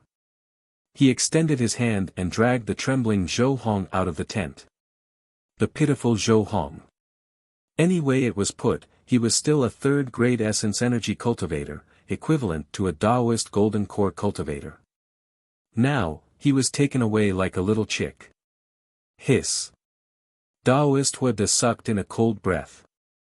He understood in his heart that this was not Linghu Pairan trying to intimidate him. Rather, he had rashly entered Yaotai Mountain, offending Kong Hongwu. Thinking of Linghu Pairan's ruthlessness, Taoist Huada did not dare say a word. He only clutched the Star General Command tablet that he had previously been proud of. Now, it had already become trash. He calmly stood there, the veins on his hand slightly protruding. You are now a Taoist cultivator. According to my military discipline, trespassing into my army is to be beheaded. Linghu Pairan set down the scroll in his hand and indifferently said, however, you were previously Lord Hall Master's Star General. You have made some contributions to my Star Lord Hall. I cannot arbitrarily decide. Phew. Hearing this, Taoist Huada's hanging heart immediately settled. The veins on his hand disappeared, and he hastily bowed, many thanks for General Linghu's tolerance. Would Lord Hall Master. Linghu Pairan rose and walked to the front of the command table. He fished out a diamond-shaped command tablet from his bosom and used his hand to pat the top of his head. Three-colored true qi bubbled forth, falling onto the command tablet. The command tablet gave birth to an auspicious cloud that floated behind the command table.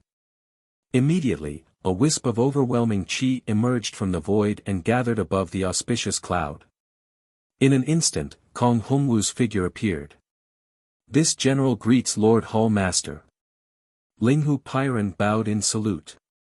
Taoist Huada did not dare be neglectful, also saluting, this general greets Lord Hall Master. Kong Hongwu waved his hand and said, Linghu, rise. Yes, Lord. Linghu Pairan straightened up, no longer speaking. Kong Hongwu's gaze swept past Taoist Huada and coldly said, this old man is Star Lord Hall's Hall Master, but you are not Star Lord Hall's Star General. There is no need to call yourself this general. This old man knows that my Star Lord Hall's temple is small and cannot accommodate a great deity like the Taoist. The Taoist can freely search for his own destiny on this Jade Mountain. Lord Hall Master. Taoist Huada's face was deathly pale. He said in a low voice, this old man knows that he has disturbed Lord Hall Master's plans. This crime cannot be forgiven. This old man does not seek to obtain Lord Hall Master's forgiveness. This old man only wishes to report a few secrets that this old man knows to Lord Hall Master. Afterwards, this old man himself will enter the array to meet his death. Speak. Kong Hongwu's face was still calm as water as before, indifferently saying. Taoist Huada did not dare beg for forgiveness too much, nor did he dare speak of his previous contributions. He was afraid that Kong Hongwu would not give him the chance to speak. Now that he was allowed to speak, his heart was already secretly delighted. He hastily said, good, Lord Hall Master knows. This old man discovered a cultivator who concealed his cultivation at the Jade Pavilion gathering. Furthermore, this old man previously knew that General Jing Mushuan fell inside the Imperial Array. In all likelihood, Lord Hall Master has not yet found the true culprit, so this old man braved death to report to Lord Hall Master. Who? Kong Hongwu's brows trembled. It was as Taoist Huada said. In his fury, Kong Hongwu already dispatched people to begin investigating the truth. However, the entire Jade Mountain was inside the Great Array. Especially after the array changed, with Jing Mushuan falling, the immortal soldiers and immortal generals in the Star Array were already somewhat disorganized. The news of Taoist Huada's Star General token being crippled did not reach Zhou Hong's place. This was clear proof. Furthermore, the immortal generals that had seen Xiao Hua were more or less killed by Xiao Hua. Kong Hongwu honestly could not find the Xiao Hua that killed Jing Mushuan for the time being. Xiao Hua. Daoist Huede did not dare beat around the bush, directly saying Xiao Hua's name. As expected, it was him. Kong Hongwu's eyes slightly narrowed, as if this did not exceed his expectations. Furthermore, Linghu Pairen's brows rose, his eyes flashing with a strange light. Daoist Huede was slightly startled. This information was his final straw. Now, it seemed that it truly was a straw. He hastily shouted, "Lord Hall Master is wise. It is Xiao Hua." Chapter 36-32. Hearing Daoist Master Huede be so certain, Kong Hongwu looked at him with interest, indifferently asking, "How do you know?" Daoist Master Huede was delighted in his heart, hastily recounting Xiao Hua's actions in detail. Finally, he added, "This one heard that General Shengguan was killed, and Xiao Hua just happened to be nearby. This guy is most adept at hiding his cultivation. This must be his doing. Linghu, what do you think?" Kong Hongwu seemed to have thought of something, unexpectedly smiling as he asked Linghu Pairen. Linghu Pairen glanced at Daoist Master Huede, bowing to Kong Hongwu. This one is more interested in Xiao Hua, however, it seems that there is already no meaning now. This one will personally kill him.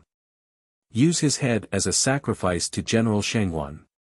This one is also willing to atone for his crimes and assist General Linghu in killing Xiao Hua, to avenge General Shengguan. Daoist Master Huede immediately seized the opportunity, bowing as he spoke. "Atone for your crimes?" Kong Hongwu coldly looked at Daoist Master Huede, not knowing what he was thinking. Just at this moment, the Linghu Pairen to the side suddenly interjected, "Lord Hall Master, although Star General Huede was momentarily bewitched by the treasure, seeing as he has done many things for my Star Lord Hall over the years, even if there is no merit, there is hard work. Furthermore, he entered the Jade Pavilion gathering, and by a freak combination of factors, he brought such important news to my Star Lord Hall. In this one's opinion, it would be better to let him go kill Xiao Hua, to atone for his crimes." "Good." Kong Hongwu slightly nodded, saying, "Jin Yuda, if you can kill Xiao Hua, this old man will withdraw this order. You will still be my Star Lord Hall's Star General. Furthermore, if you can reach a higher level of enlightenment and refine your fire Qi Chaoyuan to the realm of 5th rank origin energy, the position of Wellwood Dragon is not necessarily yours. Many, many thanks, Lord Hall Master." Daoist Master Huede was overjoyed, hastily bowing in salute, "This one will not disappoint Lord Hall Master. Go, this one awaits your good news." Kong Hongwu waved his hand and said, "Yes, Lord Hall Master." Daoist Master Huede rose, and Linghu Pairen earnestly said, "Star General Huede, this is your last chance. You must seize it. Once you leave the tent, there will be soldiers to escort Star General back. Thank you for your mercy, sir. I will repay you in the future." Huede Daoist cupped his hands towards Linghu Pairen and turned to leave the tent. Before the soldiers came to lead him, Huede Daoist saw that the adjunct who had just walked out of the tent had landed on a flying boat. In his hand was the head of an immortal general. From the looks of it, it was not Zhou Hong. When the adjunct's gaze swept over Huede Daoist actually felt a slight chill on his neck. Inside the large tent, Kong Hongwu saw Daoist Huede leave. He looked at Linghu Pairen with a smile and asked, "Linghu, I didn't expect that Xiao Hua to be so powerful. Even Daoist Huede isn't his match. It seems that I'm going to lose the bet with you earlier." Linghu Pairen also withdrew his previous seriousness and said with a smile, "Could it be that Milord already knew of Xiao Hua's prowess and expelled Daoist Huede from the Star Lord Hall first? Humph, this evil creature." Kong Hongwu snorted from his nose, "He actually dared to disobey my arrangement and enter the Jade Pavilion meeting without permission. He deserves to be punished. Furthermore, he's still so bold at this time, wanting to borrow the hand of my Star Lord Hall to kill Xiao Hua. Could it be that he feels that I can't see through his thoughts?" Linghu Pairen nevertheless smiled and said, it's true that he didn't listen to the arrangement. It's also true that he wanted to borrow the Jade Pavilion meeting to accumulate his own power. But if he wanted to borrow the Hall Master's hand to kill Xiao Hua, that might not necessarily be the truth. He merely walked through a few defensive arrays. How could he know that the cultivators nearby were powerful? According to his thinking, the only one who could kill Shangguanyi Ran could only be Xiao Hua. He was forced into a corner by Xiao Hua and used the Star General Command plate bestowed by the Hall Master to break free of the defensive array. Hearing that Shangguanyi Ran was killed, he naturally wanted to claim credit. Of course, he must also be nervous in his heart, afraid of being punished by the Hall Master. You don't know how bold he is. Kong Hongwu shook his head and said, didn't you hear? He actually covets the position of Star Lord. Such an important position of my Star Lord Hall, can it be left for him? A single Jade Pavilion meeting will undoubtedly reveal the greed of Dao sect cultivators. Those with low cultivations want to obtain spirit herbs from the Jade Pavilion meeting. Those with suitable cultivations want to obtain the lot of the state preceptor. Those with high cultivations want to accumulate their own power and obtain strange treasures. They are fully aware that the Jade Pavilion meeting is controlled by my Star Lord Hall and that there is only a slim chance of survival. But for their greed, they did not hesitate to swallow the bait. Men die for wealth and birds die for food. The ancient saying is true. Heh, what Lord said is true. But if Huada wants to become a Star Lord, he must first think of escaping from Xiao Hua's hands. Linghu Piran narrowed his eyes and replied. Borrowing a knife to kill. Linghu, your calculations are quite shrewd. Kong Hongwu said with a smile. It's all thanks to Lord Hall Master's guidance. Linghu Piran said with a smile, fighting with Dao sect cultivators is not about strength, but about methods. It's endless fun. Are you not interested in this Xiao Hua? Kong Hongwu said, hearing Huada's words, this old man wants to personally see this Dao sect cultivator valued by Grand Mist Ancestor. Grand Mist Ancestor? Linghu Piran raised his eyebrows and said indifferently, since we can't accept him as a Star General, we can't let him leave the Jade Pavilion Mountain. This general is naturally very interested in him. If you want to make a move, you have to wait until Xiao Hua escapes from Huada's hands alive. Kong Hongwu laughed, unfortunately, this Sun, Moon, and Star 3 arrays can't compare to my Star Lord Hall's previous Imperial array. It's difficult to see the situation everywhere. Otherwise, this old man really wants to see the liveliness inside now. Although Xiao Hua is powerful, he can't be considered outstanding. Hearing Tail Fire Tiger Ouyang Jingran's message, as soon as the star array came out, she had an extremely powerful person gather over 100 Dao sect cultivators and kill many dissatisfied cultivators to obtain 70% of the treasures. And, that cultivator is called Master Sun Kong. He's a proud and arrogant person. Kong Hongwu naturally knew. He nodded and said, presumably, you also know this person. Dao sect cultivators often use the titles Child and Daoist Master. He disdains them and calls himself Master. His arrogance can be seen. So, Ouyang wants to subdue him and make him a Star General. Impossible. Kong Hongwu shook his head. Previously, this old man also sent people over. This bastard simply didn't buy it. Star Sun Horse Taisher Zhanran also has a Zhang Daoran. Now, he also stands out. Linghu Piran said again. Kong Hongwu shook his head again, although this Zhang Daoran didn't establish a country and is considered a Dao sect disciple indifferent to fame and fortune, he is extremely famous in Jingzhou. Long before this old man recruited Huada, I personally visited him. Unfortunately, I didn't meet him. This time, he can come to the Jade Pavilion gathering. I'm afraid, it's related to that green nether dragon saliva. This kind of thing that even Huada doesn't listen to orders is absolutely tempting in the eyes of other Dao sect disciples. Hall Master is right. According to Taisher, that Zhang Daoran was recognized by Jingzhou's Dao sect disciples and was elected as their leader. Even if he wanted to decline, he couldn't. If nothing unexpected happens, he will ultimately run into Master Sun Kong.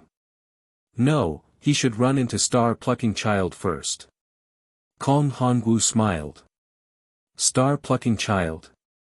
That Yongzhou's Dao sect genius known to be the closest to out-of-body formation? Hearing Star-Plucking Child's name, even Linghu Pairen's expression changed. He unexpectedly also came to the Jade Pavilion gathering. Not bad. Kong Hongwu sighed, this old man is Star-Lord Hall's Hall Master. Unexpectedly, I didn't even know that Star-Plucking Child sneaked into Jade Mountain. This is truly a dereliction of duty. This isn't strange.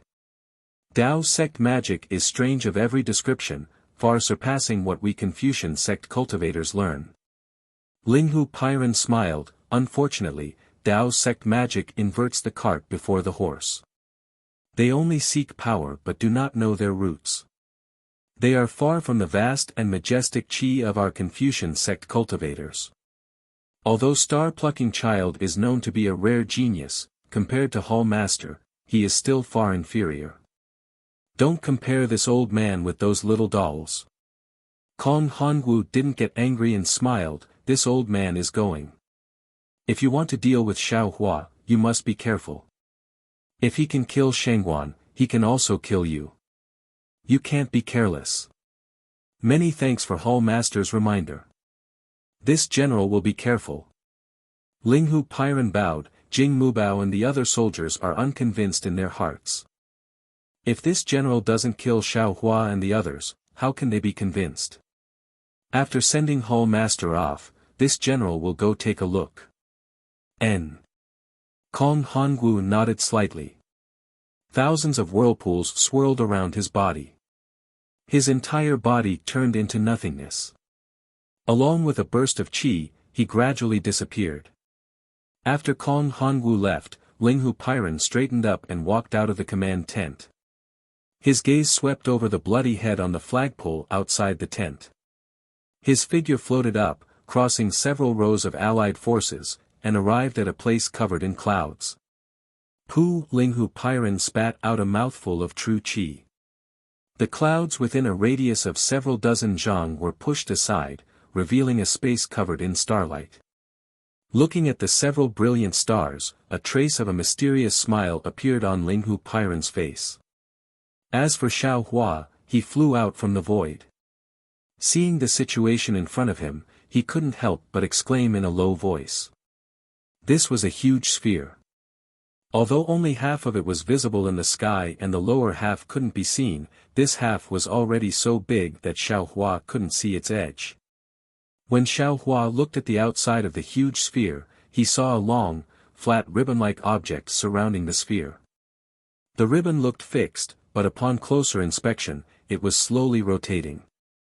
When Xiao Hua realized that his divine sense was not restricted in this place, he activated his divine sense again. He discovered that the ribbon was actually made up of huge rocks. If the huge rocks were on flat ground, they would be as big as a mountain. Xiao Hua's divine sense was not restricted in this place, but when he activated his divine sense again, he discovered that the ribbon was actually made up of huge rocks.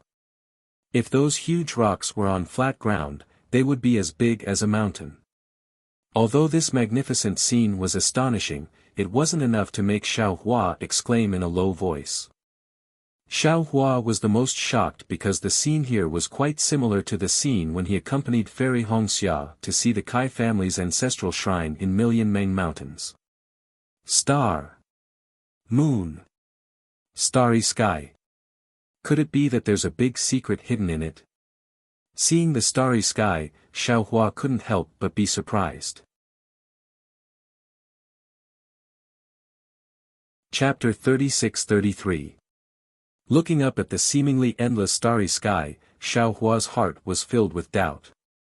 He couldn't help but think to himself, my Dao sect has the heavenly Dao, and I have the heavenly Dao starry sky in my space. Even Xiao Hua of the Heavenly Tao hasn't made any significant progress in comprehending the mysteries of the Heavenly Tao after nearly 200 years. Now, the Heavenly Tao's starry sky has appeared again and again in the Confucian cultivator's formation. Oh, right, aren't the seals on Lu Yi and the others also made of star force? Star Moon Palace. That's right, there's also the Star Moon Palace. The Star Moon Palace that Zhu Qing mentioned.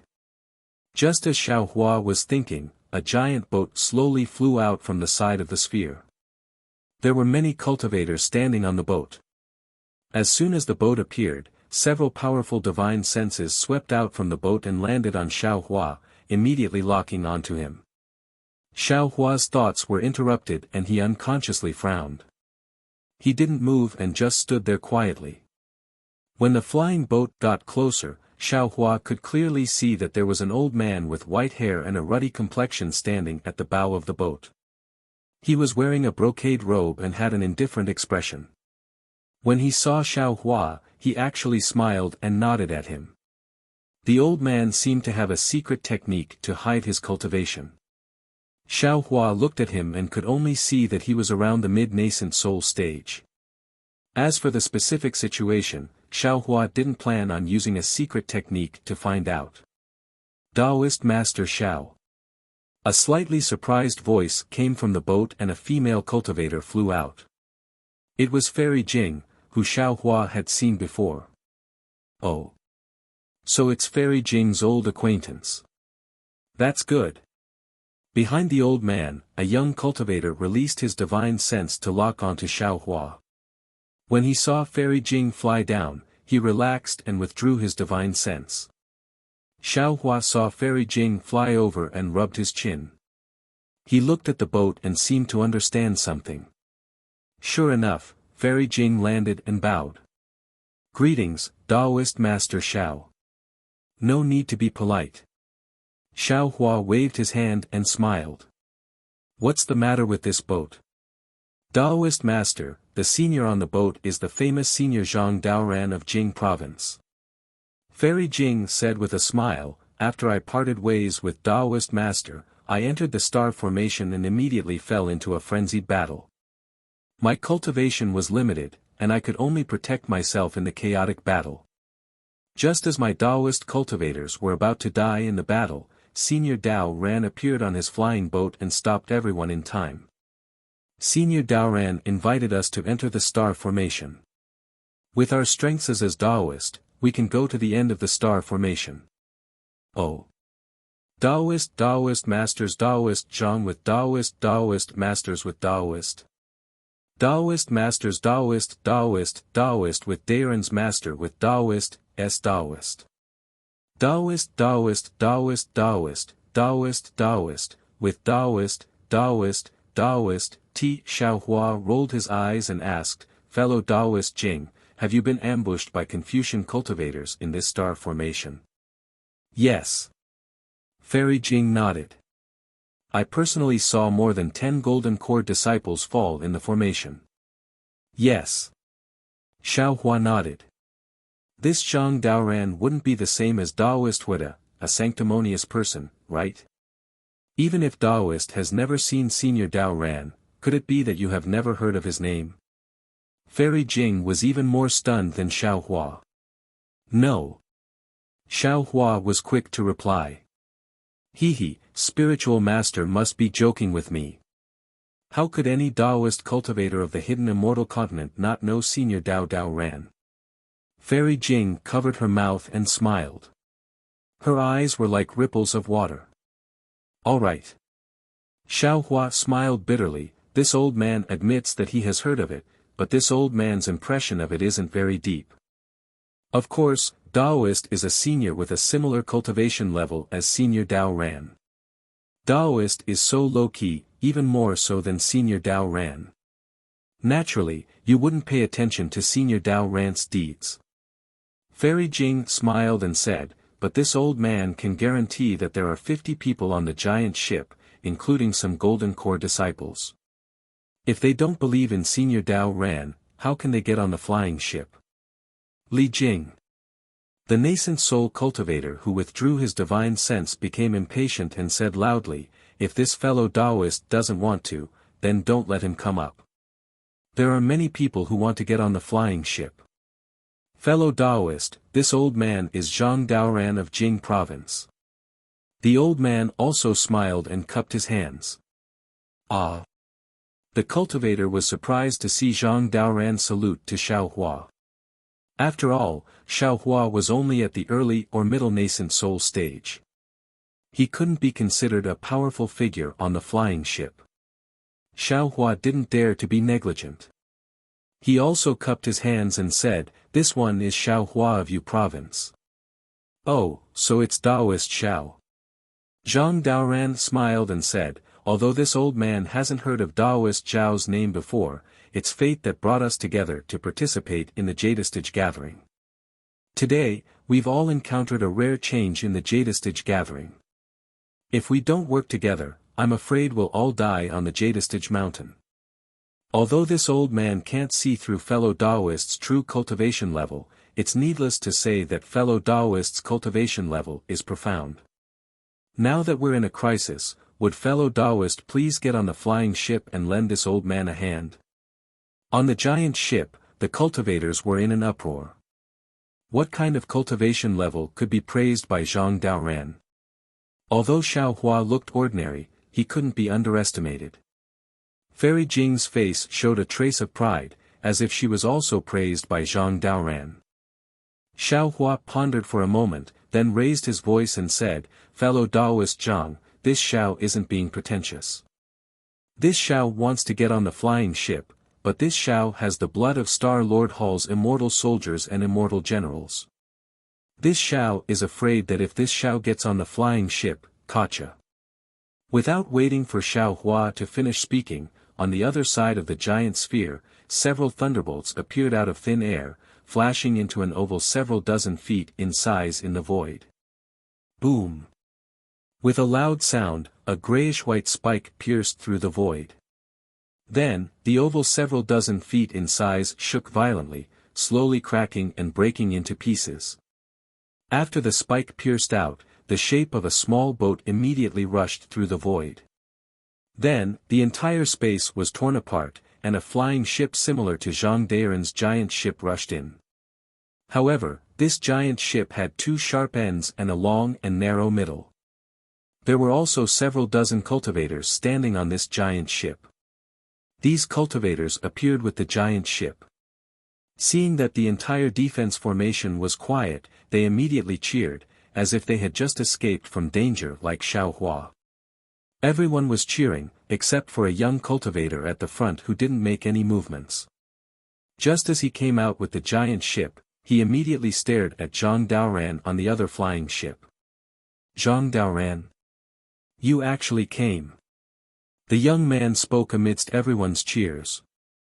"Esteemed Sun Kong, if you can come, then this old man can come as well." Zhang Daoran's voice was equally loud and didn't seem to be inferior to esteemed Sun Kong's. "Esteemed Sun Kong." Xiaohua looked at the young man's arrogant expression and the corner of his mouth curled up due to his arrogance. He whispered, "Fairy Jing, who is this esteemed Sun Kong?" "This? I don't know." Fairy Jing said with a smile, "He should be a senior like esteemed Sun Kong who is focused on cultivation." "Focused on cultivation?" Xiaohua smiled. Esteemed Sun Kong sneered, "It seems that even Brother Daoran can't resist the temptation of the Azure Abyss Dragon Saliva." Zhang Daoran didn't deny it and nodded, "That's right. This old man's thoughts coincide with esteemed Sun Kong's." "But..." Esteemed Sun Kong's eyes flashed fiercely, "Unfortunately, there is only one Azure Abyss Dragon Saliva, and I heard that it can't be split. Who do you think this treasure should belong to? Perhaps you, perhaps me, or perhaps some disciple of the Tao sect." Zhang Daoran smiled, "However, this should be decided after we obtain the Azure Abyss Dragon Saliva."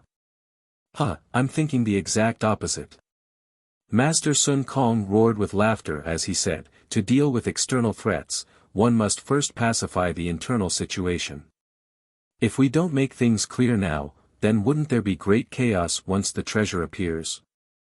With that, esteemed Sun Kong glanced at the cultivators on Zhang Daren's flying boat and said with a fake smile, could it be that Brother Daoran didn't rush out from the chaos and use this flying boat to bring these Dao sect disciples together?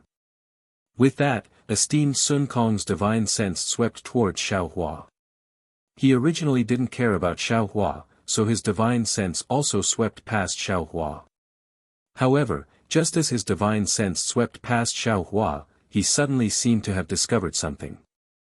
His expression changed slightly, and he hurriedly withdrew his divine sense. He looked at Xiaohua, who was quietly standing to the side, and seemed to have thought of something. Good. How could Zhang Daoran be afraid of esteemed Sun Kong? He nodded, fellow Taoist Sun Kong is right. Now that we have just escaped from the chaos, you should give me a rule. As long as it's fair, this old man will comply. However, esteemed Sun Kong's words were somewhat thought-provoking. He smiled and said, this old man carefully thinks about it. Brother Daoran's words make sense. We haven't even seen the treasure yet, so how can there be internal strife? Oh. Zhang Daoran looked at esteemed Sun Kong with a smile that wasn't a smile, then looked at Xiaohua, who was next to Fairy Jing. Of course, he understood that esteemed Sun Kong had already seen through Xiaohua's extraordinariness and thought that Xiaohua had made an alliance with him. However, he didn't point it out and said, in that case, Brother Sun Kong, this old man will introduce you to Taoist Master Xiaohua of the Yu Province. Xiaohua. Esteemed Sun Kong frowned and his eyes turned slightly. He seemed to be in a meeting, but after a short moment, he gave up. This name was indeed unfamiliar. He had never heard of it. Taoist Master Zhao's name is also unfamiliar to this old man. Esteemed Sun Kong asked bluntly, may I know which country Taoist Master cultivates in? When Zhang Daoran heard esteemed Sun Kong's address of Xiaohua, he couldn't help but smile. Esteemed Sun Kong calling Xiaohua Taoist Master meant that he treated Xiaohua as an equal. This was truly rare for the usually unruly esteemed Sun Kong. Chapter 36-34. I've been cultivating in the Black Wind Mountain Range. So far, I've never been in charge of a country. Xiaohua saw that Master Sun Kong's attitude towards him could be considered amiable, so he replied with a smile, the purpose of coming to the Jade Pavilion meeting this time is to get the Imperial Preceptor's lot. Oh, Master Sun Kong immediately let out a sigh of relief, but he still didn't let down his guard. He asked curiously, fellow Taoist, with your cultivation, you've never been in charge of a country? I can't believe it.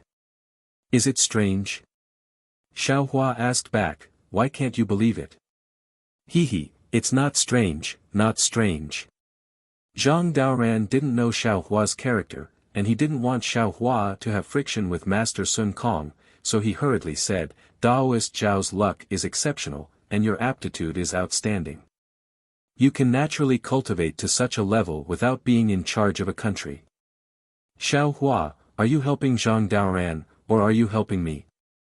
At this point, how could Master Sun Kong not see that Xiaohua had nothing to do with Zhang Daoran, so he immediately said straightforwardly. Xiaohua actually liked this kind of straightforward character, so he didn't hide it and said, I've already achieved my purpose of coming here. I don't have any desire for those 3 treasures.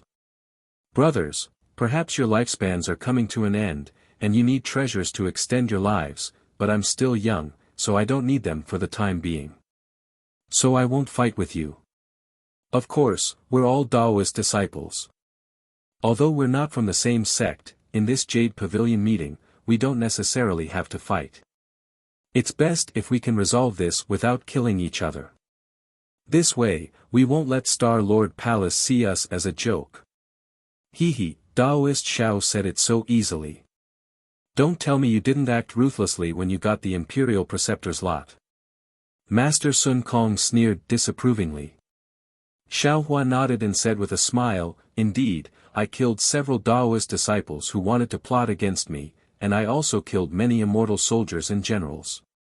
Saying this, Xiaohua looked at Fairy Jing and said, "When I killed the Taoist disciples, this Fairy Jing was also beside me." Fairy Jing's face was filled with fear. After all, Master Sun Kong was infamous. However, she still took half a step forward and said with a smile, "Junior and Taoist Xiao didn't know each other before. We just met." Fairy Jing then explained the previous situation and said, "If Taoist Master Xiao wasn't open and aboveboard, he would have killed 2 Taoist cultivators in front of me. How would I dare to invite him again?" "Good. Well done, you killed to your heart's content." Sun Kong clapped his hands and said, "I like daring men like you. Damn it, do you have any yellow paper chicken blood? I'll be your sworn brother." Burning yellow paper to cut chicken blood. Xiao Hua was dumbfounded. These words were from his distant memories. After he started cultivating, other than that Qian Diheng, no one else had this kind of spirit. Even in the hidden immortal continent, he had never heard of such an ancient tradition. Hearing this, Zhang Daoran rolled his eyes and said with a smile, "We're not in a hurry to be sworn brothers. Now, we still need to temporarily establish an offensive and defensive alliance. This time's Jade Pavilion gathering is different from the past. We'll meet in life and death. Although we want to get the treasure, we can't let the Taoist disciples die." Before Zhang Daoran could finish speaking, a loud whistling sound came from above everyone's head. Everyone raised their heads and saw a meteor-like brilliance streaking across the sky, rushing towards the ribbon-shaped area beside the huge sphere. Boom! With a loud bang, a big hole was blasted open in the ribbon-shaped object. The brilliance also stopped in the midst of the fire, and inside it was a jade box that was about a foot long. "Quick, don't let others snatch it." On Zhang Daoran's huge boat, several people clamored. Immediately, 3 people couldn't hold back and flew toward the jade box in the distance. Zhang Daoran's face immediately became embarrassed. Humph. Just when Zhang Daoran was about to scold them, Sun Kong Shangren snorted coldly, and an inexplicable chill appeared in the air. Then, Sun Kong Shangren opened his mouth and spat out a small green whip. The whip grew with the wind. When Sun Kong Shangren caught it with one hand, the whip had already become 3 feet long. "Humph, how dare you attack in front of this old man, you really deserve to die." Sun Kong Shangren sneered again and waved his hand. Roar! The whip rushed into the air and immediately turned into a long green dragon. A gust of wind that could cut people's faces flew toward the 3 nascent soul cultivators who flew out. Zhang Daoran saw the brilliance flashing around Sun Kong Shangren and knew that Sun Kong Shangren was angry. He hurriedly shouted, "Brother Sun Kong, just teach them a lesson, Fu Jian." Exalted Master Sun Kong even sneered. As he spoke, his figure flew up with a bang, and with a flick of his Taoist robe, an azure green brilliance suddenly appeared and transformed into 100 feet in size that grabbed towards the 5 cultivators out of thin air. "You!" Zhang Daoran's expression changed slightly when he saw Master Sun Kong become even more aggressive. His Taoist robe rippled, and it seemed like he was about to make a move. However, just at this moment, a faint voice echoed in his ears, "Brother Daoran, don't be anxious. Let's see how Brother Sun Kong deals with this." Zhang Daoran let out a cold snort and withdrew his magic power. What can this old ghost do? Sure enough, when the dragon whip fell, 2 of the cultivators were shocked and used their magic treasures to block. However, when the whip fell, 2 shadows appeared and pounced on the 2 of them. There was a loud rumble and their magic treasures were knocked out. The 2 nascent soul cultivators trembled and their faces turned pale as they fell several dozen feet. The other cultivator saw this and hurriedly shouted, "Senior Daoran, save us." At this moment, Sun Kong Shangren's hand fell and the cultivator hurriedly used his magic treasure to resist. Poof! Unfortunately, his magic treasure couldn't withstand Sun Kong Shangren's hand and was crushed. When the hand exploded, the cultivator was also heavily injured and stopped in the air. Zhang Daoran heard the cultivators cry for help and hurriedly shouted, "Master, please forgive us." With that, Zhang Daoran glanced at Xiaohua. If it wasn't for Xiaohua, he would have already attacked. He was quite apprehensive of Xiaohua. Xiaohua smiled. After all, he didn't care too much about his face. Although these three cultivators were on Zhang Daoran's boat, they didn't wait for Zhang Daoran's order to snatch the jade box. They clearly didn't put Zhang Daoran's order in their eyes. At this moment, Sun Kong Shangren was teaching the three of them a lesson. Although it somewhat brushed away Zhang Daoran's face, Xiaohua felt that Sun Kong Shangren did the right thing. However, things still went beyond Xiaohua's expectations. After Master Sun Kong killed the three of them, he didn't stop. A ruthless expression appeared on his face, and then he made a grabbing motion. The green whip landed in his hand, and then his body emitted a brilliant light as he waved the green whip. This time, Xiaohua was also dumbfounded and hurriedly shouted, "Master Sun Kong Shangren, please have mercy." Unfortunately, just as he said that, the three whip shadows were even more ferocious than the immortal slaying whip before it condensed its spirit. They turned into almost solid flying dragons and rushed into the three cultivators' chests. Their protective magic treasures flickered with a dazzling brilliance and were annihilated in the blink of an eye. Ah! 3 miserable screams resounded. 3 nascent souls less than 2 feet long flashed above the 3 cultivators' heads. Extreme hatred flashed in the eyes of those nascent souls. Boom! Just as the nascent souls were born, strands of purple awe-inspiring chi appeared within a few feet of the void. This awe-inspiring chi transformed into plum blossoms and carried the 3 nascent souls into space and disappeared. Following the disappearance of the 3 nascent souls, the scene was silent for a moment. No one dared to say a word. Xiaohua looked at Zhang Daoran's unsightly face and smiled bitterly. He finally understood the meaning of Zhang Daoran's previous words. When Master Sun Kong Shangren made a move, sure enough, nothing good would come out of it. You actually dared to snatch things in front of me, you're really tired of living. Master Sun Kong's figure descended and he was still cursing, completely ignoring Zhang Daoran and Xiaohua's unsightly expressions. Sun Kong. Zhang Daoran said coldly, "You killed the people on my ship, what's the meaning of this? Even if they were in the wrong, under my protection, you shouldn't have made a move, right? Old man Daoran, you're xinci. Master Sun Kong disapproved. They didn't put you in their eyes at all. You're just a good guy who's stupid. If you're not convinced, hee. Brother Daoran." Xiaohua saw that the two people were starting to get angry, and the corners of his mouth curled up. "This Xiao will also offend you." Oh. Zhang Daoran was stunned and looked at Xiaohua with some confusion. Xiaohua patted the top of his head, and a golden hand that was dozens of feet in size rushed out, grabbing towards Zhang Daoran's giant ship. The texture on this hand was clear, and there were runes flowing on it. It was no different from a real hand. Hee. Master Sun Kong laughed, and there was praise in his eyes. Zhang Daoran bit his lips, seeming to have come to a realization. Those who don't listen to orders and snatch treasures without permission must die. Those who spoke bewitchingly and hid on the side to disturb the cooperation of the two brothers must be Confucian spies. They must die. Xiaohua said indifferently, and his hand covered the several people who had just spoken. A panicked voice hurriedly shouted, "Senior Daoran, we boarded your giant ship because of your prestige, but you still haven't spoken. What is the meaning of our trust? Who would dare to follow you in the future?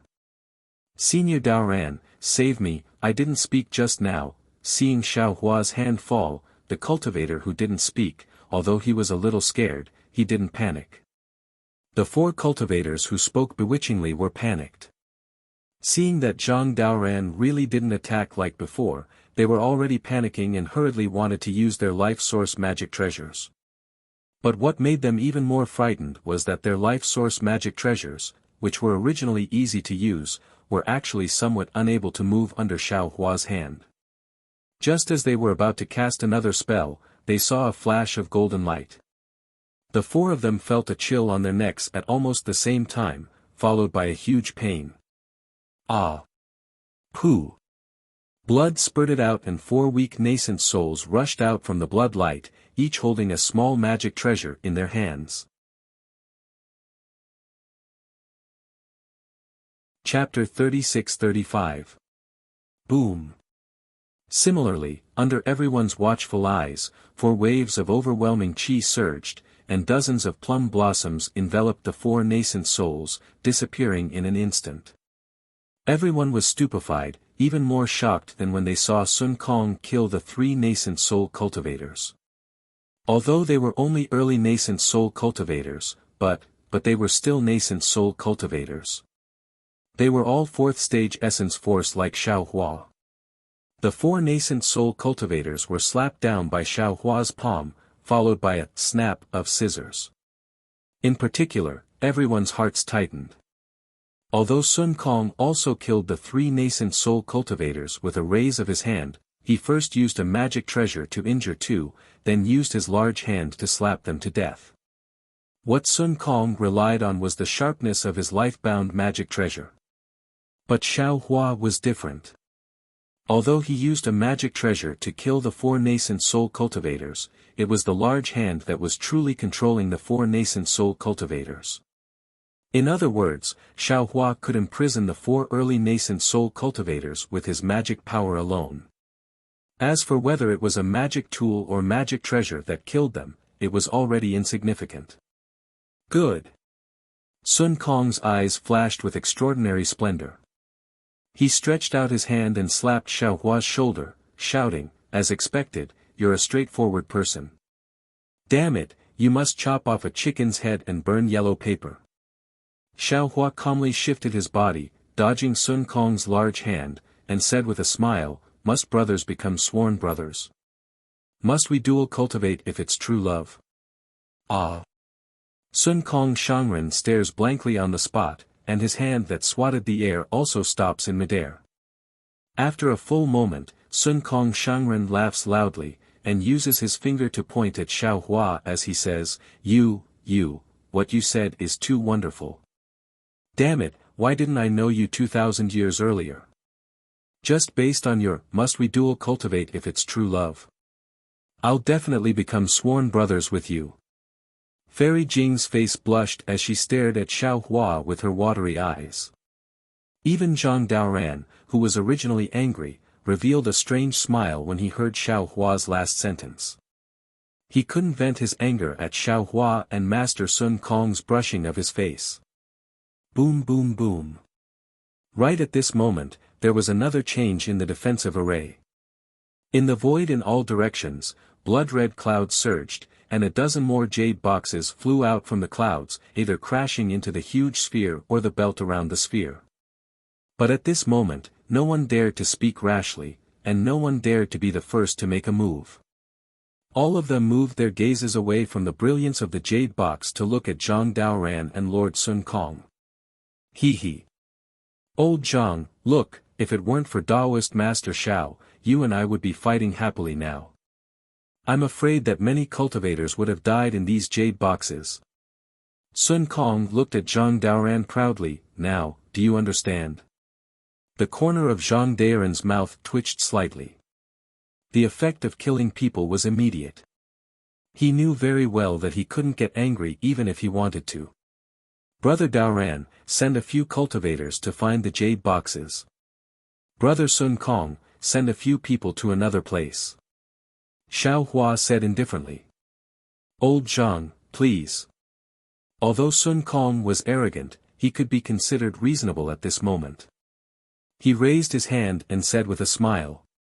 Zhang Daoran naturally understood that this was to give him face. Although his expression didn't change, his heart was already shaken. He opened his mouth and called out a few names, then looked at Fairy Jing and said with a smile, Li Jing, go too. Yes, Junior obeys. Fairy Jing hurriedly nodded. She knew that the three of them had something to say, so she flew away. After Fairy Jing left, Zhang Daoran waved his hand and a barrier appeared. He looked around and said in a low voice, Daoist Master Xiao, this old man has something to say to you. Brother Daoran, please speak.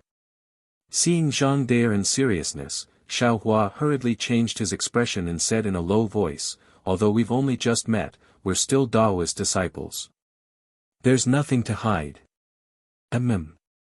Zhang Daoran looked at the disapproving Sun Kong and said, actually, this old man has long wanted to say this to old Sun Kong, but unfortunately, I never had the chance. If you weren't here today, this old man probably wouldn't have mentioned it to him. You don't like to say it, but I don't like to hear it. Sure enough, as soon as Zhang Daoran finished speaking, Sun Kong immediately shouted. Xiao Hua smiled and waved his hand, saying, Brother Sun Kong, don't be impatient. We've all cultivated for thousands of years. We should have a bit of patience, right? If Brother Xiao wasn't here, this old man wouldn't even bother with this old man. Sun Kong coldly snorted and looked into the distance. There, cultivators were looking for the jade boxes that had fallen there. Xiao Hua rubbed his nose and smiled bitterly. Neither of the two late nascent soul stage cultivators were willing to submit to the other. In addition, one of them was very arrogant and the other was too lazy to pay attention to others. They seemed to be high and mighty, but it was really strenuous to talk. If he hadn't just revealed his strength, the two of them might not have listened to him. And he could be considered a buffer for the two of them. Zhang Daoran slightly hesitated and said, actually, this old man has cultivated to a bottleneck. I keep feeling that I'm just a little bit away from entering the leaving aperture realm. Sun Kong's ears were naturally erect. When he heard this, he almost jumped up and shouted in an incredulous voice, Old Zhang, you're bragging. How could you cultivate to such a realm? Believe it or not. Zhang Daoran curled his lips, this old man is talking to Brother Xiao. You. Sun Kong opened his mouth. If it was before, he would have already left. He didn't believe that Zhang Daoran could enter the leaving aperture realm before him. Brother Daoran means. Xiao Hua's eyes turned and he understood. He smiled and said, you're not interested in the azure nether dragon saliva? Zhang Daoran nodded, you can say that. Because if I can't get this little bit of opportunity, even if this old man lives another 10,000 years, I might not be able to break through. Damn it, old Zhang, you're too cunning. You were still saying that you wanted to snatch the azure nether dragon saliva. Sun Kong couldn't bear it anymore and shouted. Zhang Daoran rolled his eyes and said, can this old man tell you the truth? Besides, even if this old man can't get anything else, getting the azure nether dragon saliva is also pretty good, right? This old man understands. You want the cold ghost gallbladder. Only this kind of extreme item can match your ice profound physique and enter the leaving aperture realm. Sun Kong suddenly realized. Zhang Daoran didn't hide it and nodded, saying, this old man indeed wants the cold ghost gallbladder. It's not that this old man didn't plan to tell you, but think about it. Did you give this old man a chance? That's because you're hiding it and don't dare to say it. Of course, Sun Kong wouldn't admit it. Brother Sun Kong wants the azure nether dragon saliva, right? Xiao Hua said to Sun Kong with a smile. Sun Kong nodded solemnly, that's right. This old man doesn't have old Zhang's opportunity. I'm afraid that I'll have to use this to extend my life and then break through. This Xiao already has the state teacher's lot. In that case, the three of us don't have any conflicts of interest. Xiao Hua now also knew Zhang Daoran's plan. Looking at the two, he said, Brother Daoran means that the three of us should join forces. That's right. Zhang Daoran nodded, this old man doesn't dare to join forces with old ghost Sun Kong. This guy has too many tricks. If we're not careful, we'll suffer. Although this old man isn't familiar with Daoist's cultivation is deep and can be considered to have the qualifications to join forces with this old man. Moreover, this old man is very familiar with Li Jing. She's a cautious person and keeps herself clean. She never interacts with ordinary cultivators. Since she can take the initiative to find Daoist, then this old man can barely trust Daoist's character. Damn, this old man and Xiao Hua hit it off at first sight. After we go out, I'll definitely chop off a chicken's head and burn yellow paper. Sun Kong was much more straightforward than Zhang Daoran. Xiao Hua pondered for a moment and shook his head slightly. This Xiao understands what you two brothers mean, but, this Xiao doesn't plan on joining forces with you two brothers. Damn, who do you think you are? Sun Kong was immediately enraged. He sneered, this old man thinks highly of you, old man Sun Kong. Zhang Daoran shouted sternly, it's not too late to listen to Brother Zhao's intentions first. Didn't you hit it off at first sight with him? Humph. Sun Kong looked a bit unhappy. Hee, it's not that I'm looking down on you two brothers. Xiao Hua actually admired Sun Kong's straightforwardness. He said with a smile, it's just that this Xiao was lucky enough to kill a 5th-level lower-rank Confucian general in a defensive formation. If nothing unexpected happened, it should be one of Star Lord Hall's guardian Star Lords. How could Star Lord Hall leave this Xiao at that? This Xiao has been pondering on how to escape Star Lord Hall's pursuit, but I couldn't find a good way. If this Xiao joins forces with you two brothers, wouldn't it be harming you two brothers? Ah.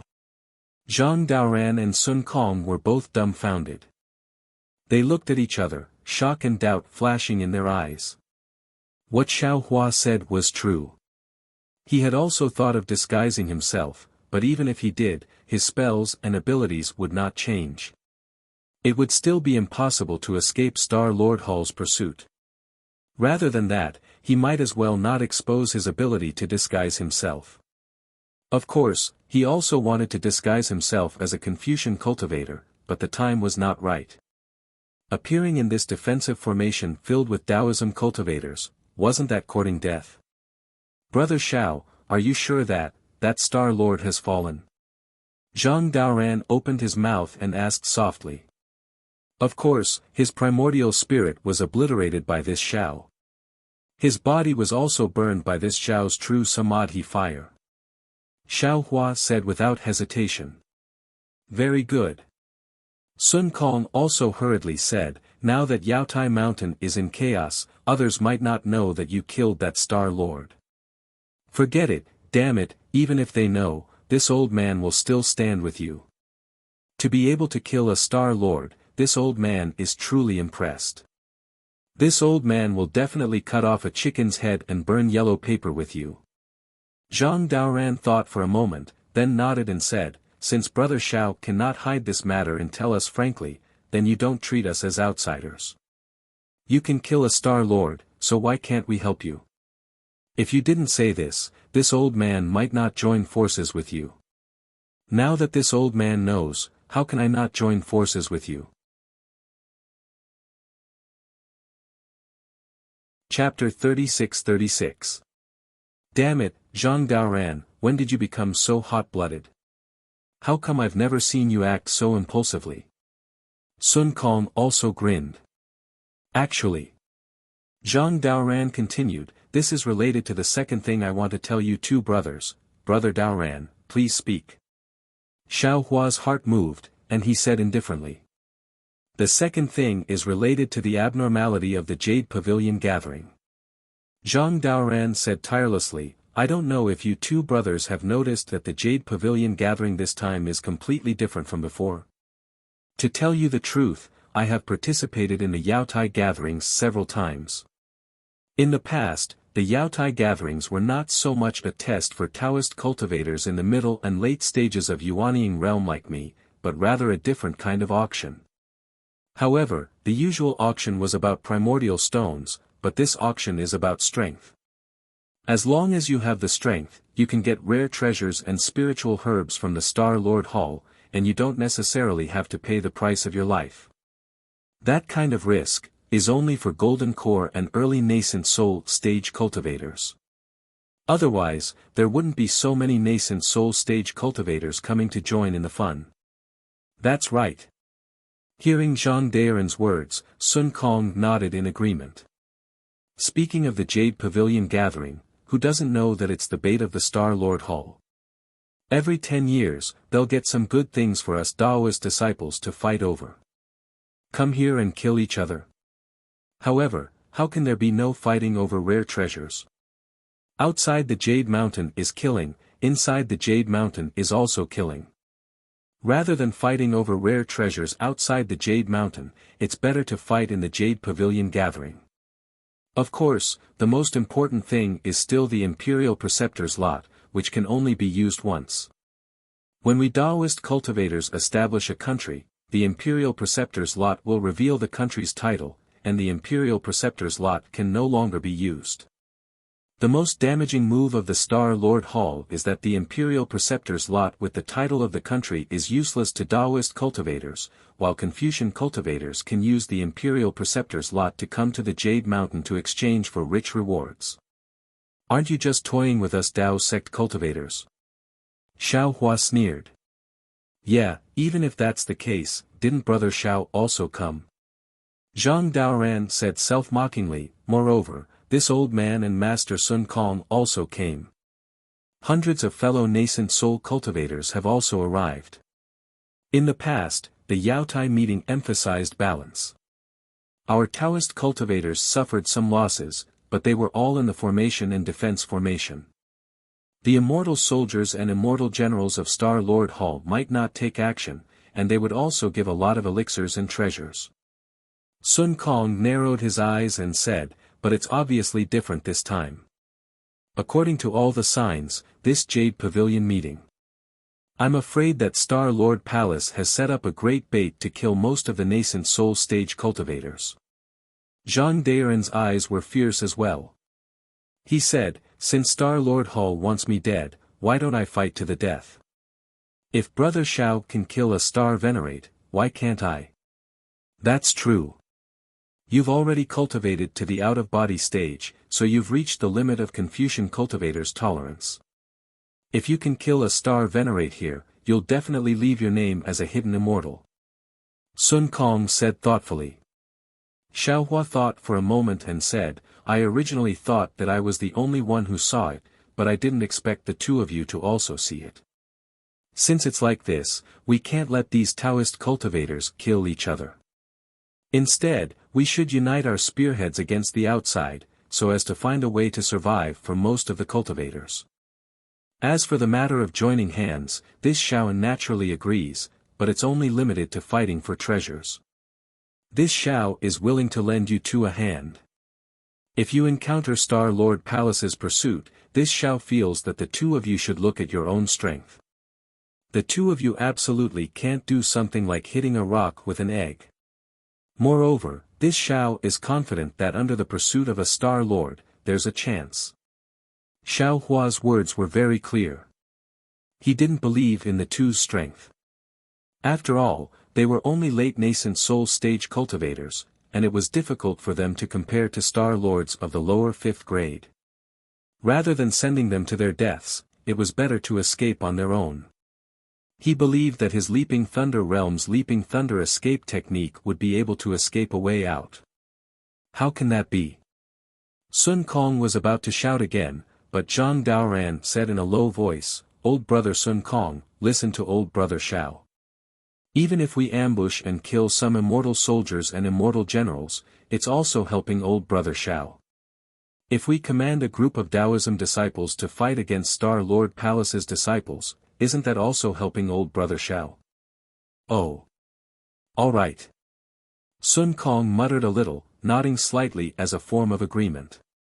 Xiao Hua was overjoyed.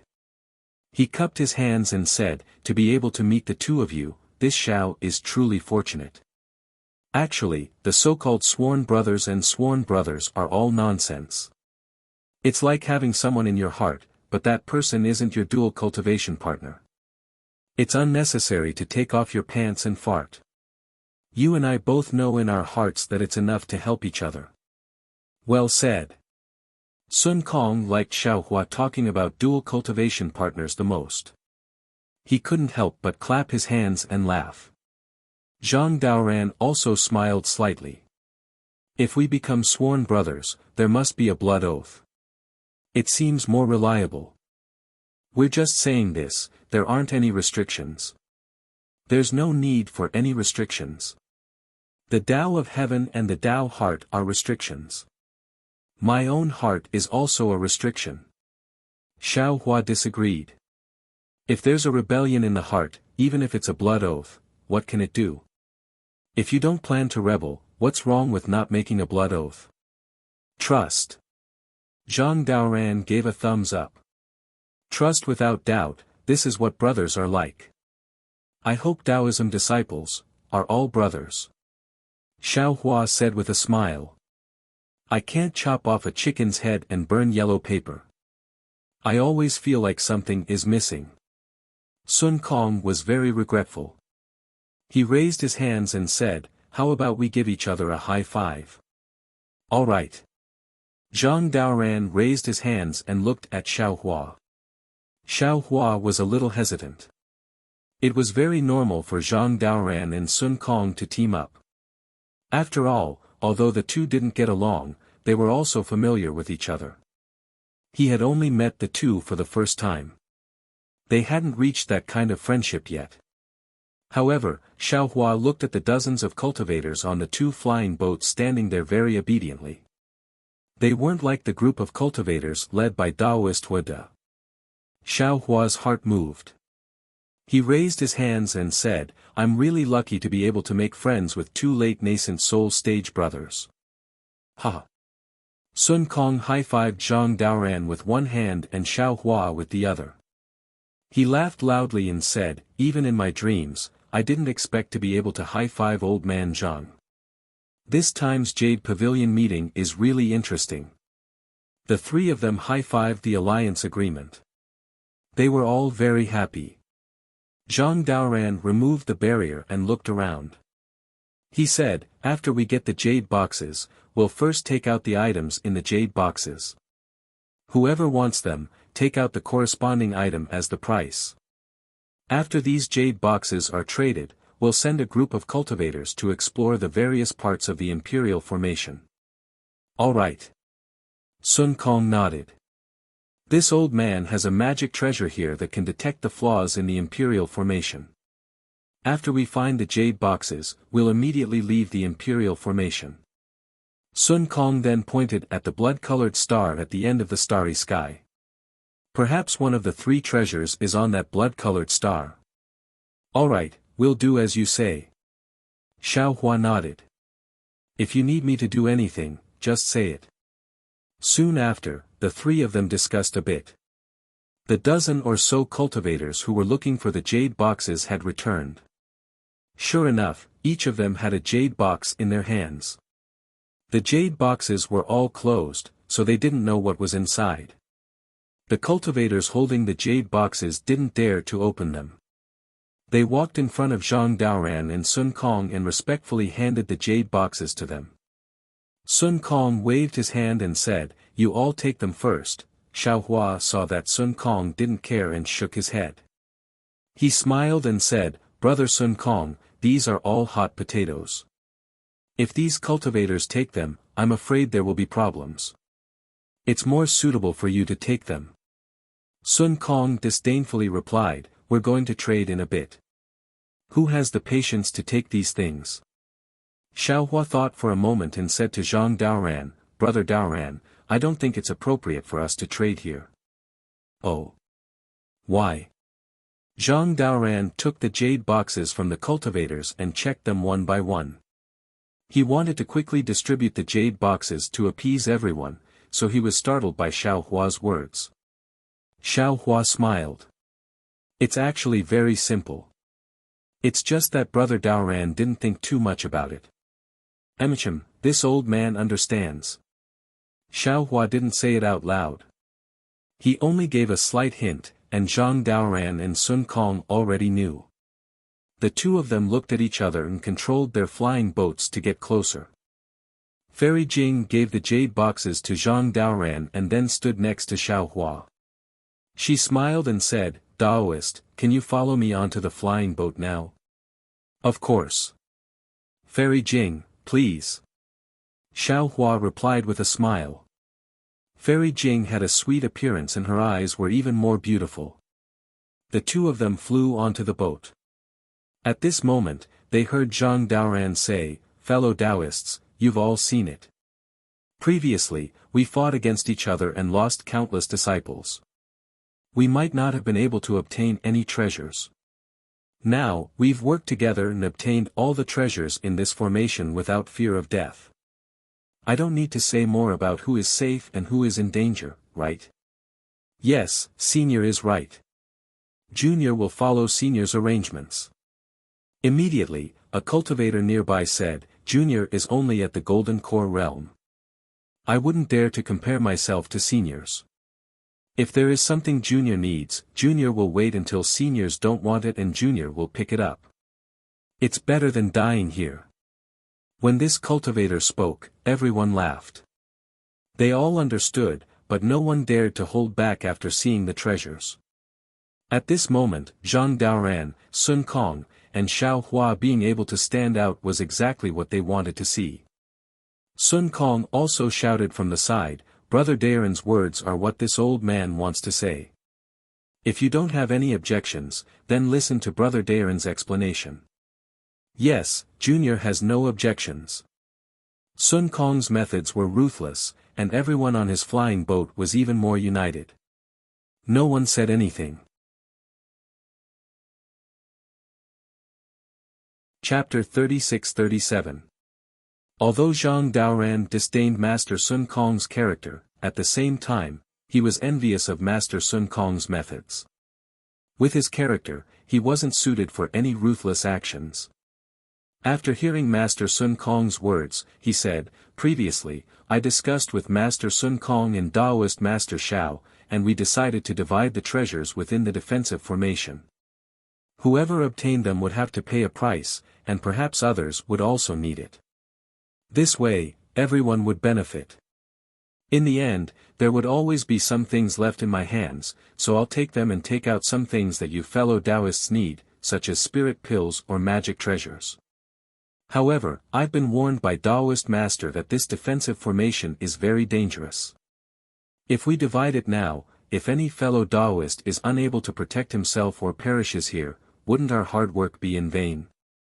Therefore, my intention with Master Sun Kong and Taoist Master is that when we leave Mount Yaotai and arrive at Taoist Master Zhao's Black Wind Mountain, Master Sun Kong's Black Wind Mountain, or even my Grand Wind Mountain, it won't be too late for us to trade then.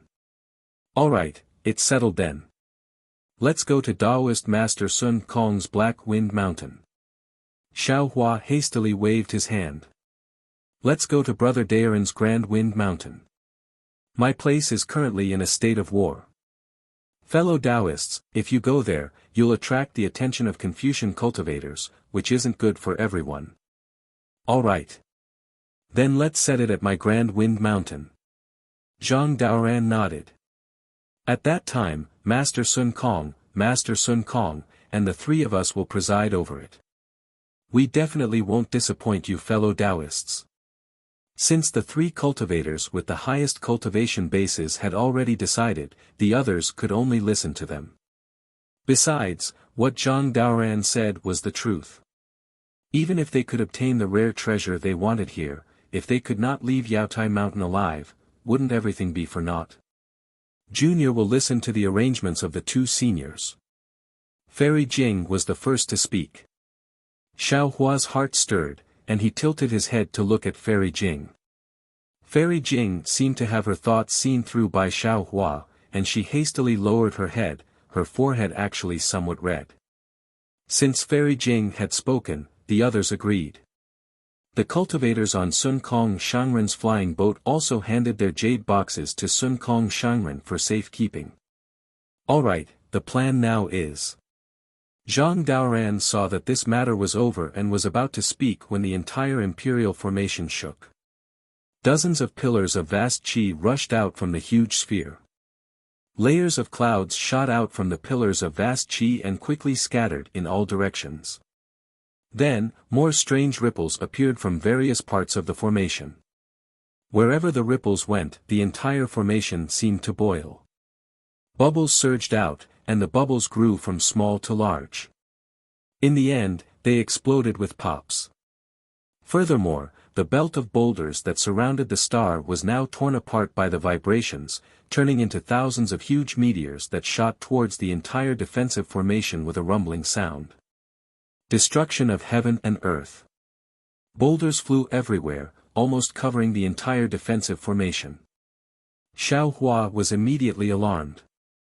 Thinking of what happened in the previous defensive formation, he hastily shouted, "Brothers, let's hurry and join hands. These boulders are a big movement of the defensive formation. I'm afraid they want to kill us here." "All right," Zhang Daoran proudly said, "with the three of us here, what is there to fear? This old man will join hands with you to resist. Brother Sun Kong, hurry and use your secret technique to find a way out of this defensive formation." "All right." Sun Kong was also in high spirits. He shouted, "This old man hasn't joined hands with someone like this in a long time. Today, watch this old man's methods." As he spoke, the boulders had already begun to fall towards Xiao Hua and the others.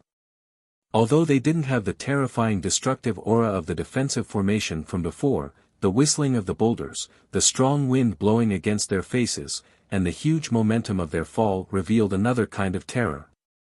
In particular, the boulders were still relatively slow at first, but after flying for a while, they gradually sped up. The group of cultivators scanned them with their divine senses, and after a little calculation, they immediately understood that when the boulders fell in front of them, their speed and strength were definitely not something a single cultivator could resist. For a moment, everyone's faces turned pale. Many cultivators released their divine senses, anxiously looking for a place to hide within the range of their divine senses. Unfortunately, the entire defensive formation was rippling everywhere, and those ripples were all the primers that attracted the boulders. The entire defensive formation was being baptized by the boulders, and there was no safe place at all. The only thing the Taoist cultivators could do, was to use their divine abilities to resist these boulders. Fellow Taoists. At this moment, Zhang Daoran was surprisingly calm. He shouted, "Activate your Dharma treasures and form an array behind me. 10 mid-tier 4th grade essence Qi cultivators will be at the front, 5 mid-tier or low-tier 4th grade essence Qi cultivators will be at the back, and so on. Golden core cultivators will stand at the back." "Yes." The cultivators on Zhang Daoran's flying ship hurriedly flew down. Sun Kong also shouted, "Quick, this old man is going to withdraw the flying ship. You all stand behind fellow Taoist Zhang." With that, Sun Kong waved his Taoist robe, and the flying ship let out a rumble and gradually shrunk. All the cultivators on the ship didn't dare to be negligent and flew down one after another. The two groups of cultivators that had been fighting before began to work together before the great disaster. Sun Kong withdrew the flying ship and took out a palm-sized macaque from his Qiankuan pouch. The macaque stood still in the air, stretched out its arms, and lazily opened its eyes. However, when the macaque saw the flying boulders clearly, it cried out, "Gigi," and hastily shrank its head. It used its hands to hide its head and jumped into Sun Kong's hands as if it was extremely scared. "Damn it!" Sun Kong was somewhat embarrassed. He grabbed the macaque's hands and angrily said, "Hurry up and find a way for this old man, or this old man won't give you anything to eat." "Gigi." The macaque was very aggrieved. It smacked its lips and stretched out its hands to pull at Sun Kong's Taoist robe. "Ha, this is Sun Kong's demon pet. Its name is Changgung, and it's a variant macaque." Zhang Daoran smiled and said to Xiao Hua, who had already flown to his side, "This macaque has a pair of void-piercing eyes and can see the weakness of space. It'll be of great use within this defensive formation." "Void-piercing eyes?" Xiao Hua's eyes turned, and he said with a smile, "I've heard of a type of void-piercing beast whose eyes can see through the void. I didn't expect a macaque to have one as well." Zhang Daoran nodded. "Brother Xiao is right. The void-piercing beast is a variant beast of the void. I've only heard of it and have never seen it. However, this macaque can't compare to the void-piercing beast. It can only find the weak points of space. As for the specifics, it'll depend on Sun Kong's methods. If the void-piercing beast is here, it'll probably be able to directly open it. As he spoke, Zhang Daoran looked at the black shadow pressing down from above in the distance and said in a low voice, "The boulders are about to arrive. Let's each use our own methods. You take the right and I take the left. We'll do as much as we can. The more you and I block, the more hope the Dao sect cultivators behind us have, and fewer people will die." As he spoke, Zhang Daoran's body flashed with brilliance. Heaven and earth origin chi poured into his head, setting off a storm. Within the storm, Zhang Daoran's body rapidly expanded, and in the end, he was several dozen feet tall. Roar! Seeing Zhang Daoran again, he opened his mouth and a strange magic treasure flew out. This magic treasure was like a stick, but it was wide at the top and narrow at the bottom. The center of the magic treasure was connected to a fist-sized profound stone. Puff! Zhang Daoran spat out a mouthful of true essence on the magic treasure. The magic treasure let out a roar and rushed into the air. As Zhang Daoran's Dharma body waved its hands, the magic treasure flashed with a dazzling brilliance and slowly expanded. When it landed in Zhang Daoran's hands, it was already like two huge fists. Seeing Zhang Daoran activate his Dharma body, Sun Kong hurriedly took out a tricolored bead and threw it into Chang Gung's mouth. The macaque swallowed it in one gulp, and its body emitted the same color. Then, it burped. Before Sun Kong could speak, its two pitch-black eyes emitted an even more dazzling tricolored brilliance. The brilliance that shot out from the macaque's eyes was a full 3 inches long. Then, the macaque jumped up from Sun Kong's hand, looked around, and flew behind everyone. Sun Kong glanced at Zhang Daoran with a trace of shock in his eyes. Then, he urged his body to follow behind the macaque. Boom boom boom. The boulder was approaching, shaking the entire defensive array. Xiao Hua clearly felt that the space around him was trembling. In the face of such a strong impact, no fancy spells could work. Only absolute strength was truly useful. This experience was already known when he fell into the trial array of the Sunset Island. Moreover, how similar was this boulder array to the trial array at that time? It was just that this boulder seemed to be endless. It was a killing array. Roar! Xiao Hua opened his mouth and roared. The golden light around his body shone brightly, and waves of heaven and earth essence chi rushed into his body. In the dazzling golden light, Xiao Hua's Dharma body was quickly born. In a moment it was already dozens of feet in size. It was not inferior to Zhang Daoran. Look at this Xiao's means. Xiao Hua shouted again. With a wave of his hand, the wishful steel staff appeared. Grow, grow, grow, the huge staff turned into more than 100 feet in front of everyone's stunned eyes. The pitch-black staff was filled with blood and murderous intent. Obviously, no one knew how many people had died under the staff. Good. Zhang Daoran saw Xiao Hua's Dharma body and the wishful steel staff in his hand. His eyes flashed with a strange color, and he couldn't help but cry out. Then, he said in high spirits, "Brother Xiao, you and I can make a bet. Let's see who can destroy more boulders. What do you think?" "As you wish." Xiao Hua laughed. Woo! As he spoke, a huge boulder that was hundreds of meters in size had already landed on top of Zhang Daoran's head. The edge of the boulder emitted a strong light. Clearly, it was on fire due to the friction in the air. Shrill sounds were also emitted from the fire. The suffocating wind caused the brilliance around Zhang Daoran to sway left and right. Chapter 36-38. Hit. Zhang Daoran's face turned cold. The magic weapon in his left hand emitted a pale white brilliance and rushed to the air a few hundred feet away. Poof! The brilliance fell on the boulder, and the flames of the boulder were immediately annihilated. Then, a faint layer of frost quickly spread on the surface of the boulder. Then, with a "kacha" sound, the surface of the boulder began to crack. The crack gradually deepened, and when it fell about 100 feet in front of Zhang Daoran's head, Zhang Daoran waved his right hand, and a fist of more than 100 feet rushed out and hit the boulder. Boom! The 100-feet-sized boulder shattered into dozens of pieces, either brushing past Zhang Daoran's body and falling obliquely to the ground. Good! The nascent soul cultivators behind Zhang Daoran who were on guard shouted. Another 10 cultivators released their magic treasures. Lights of various colors rushed out and smashed the rocks in front of them. Huh, Brother Daoran is really powerful. Xiao Hua smiled and gave a thumbs up.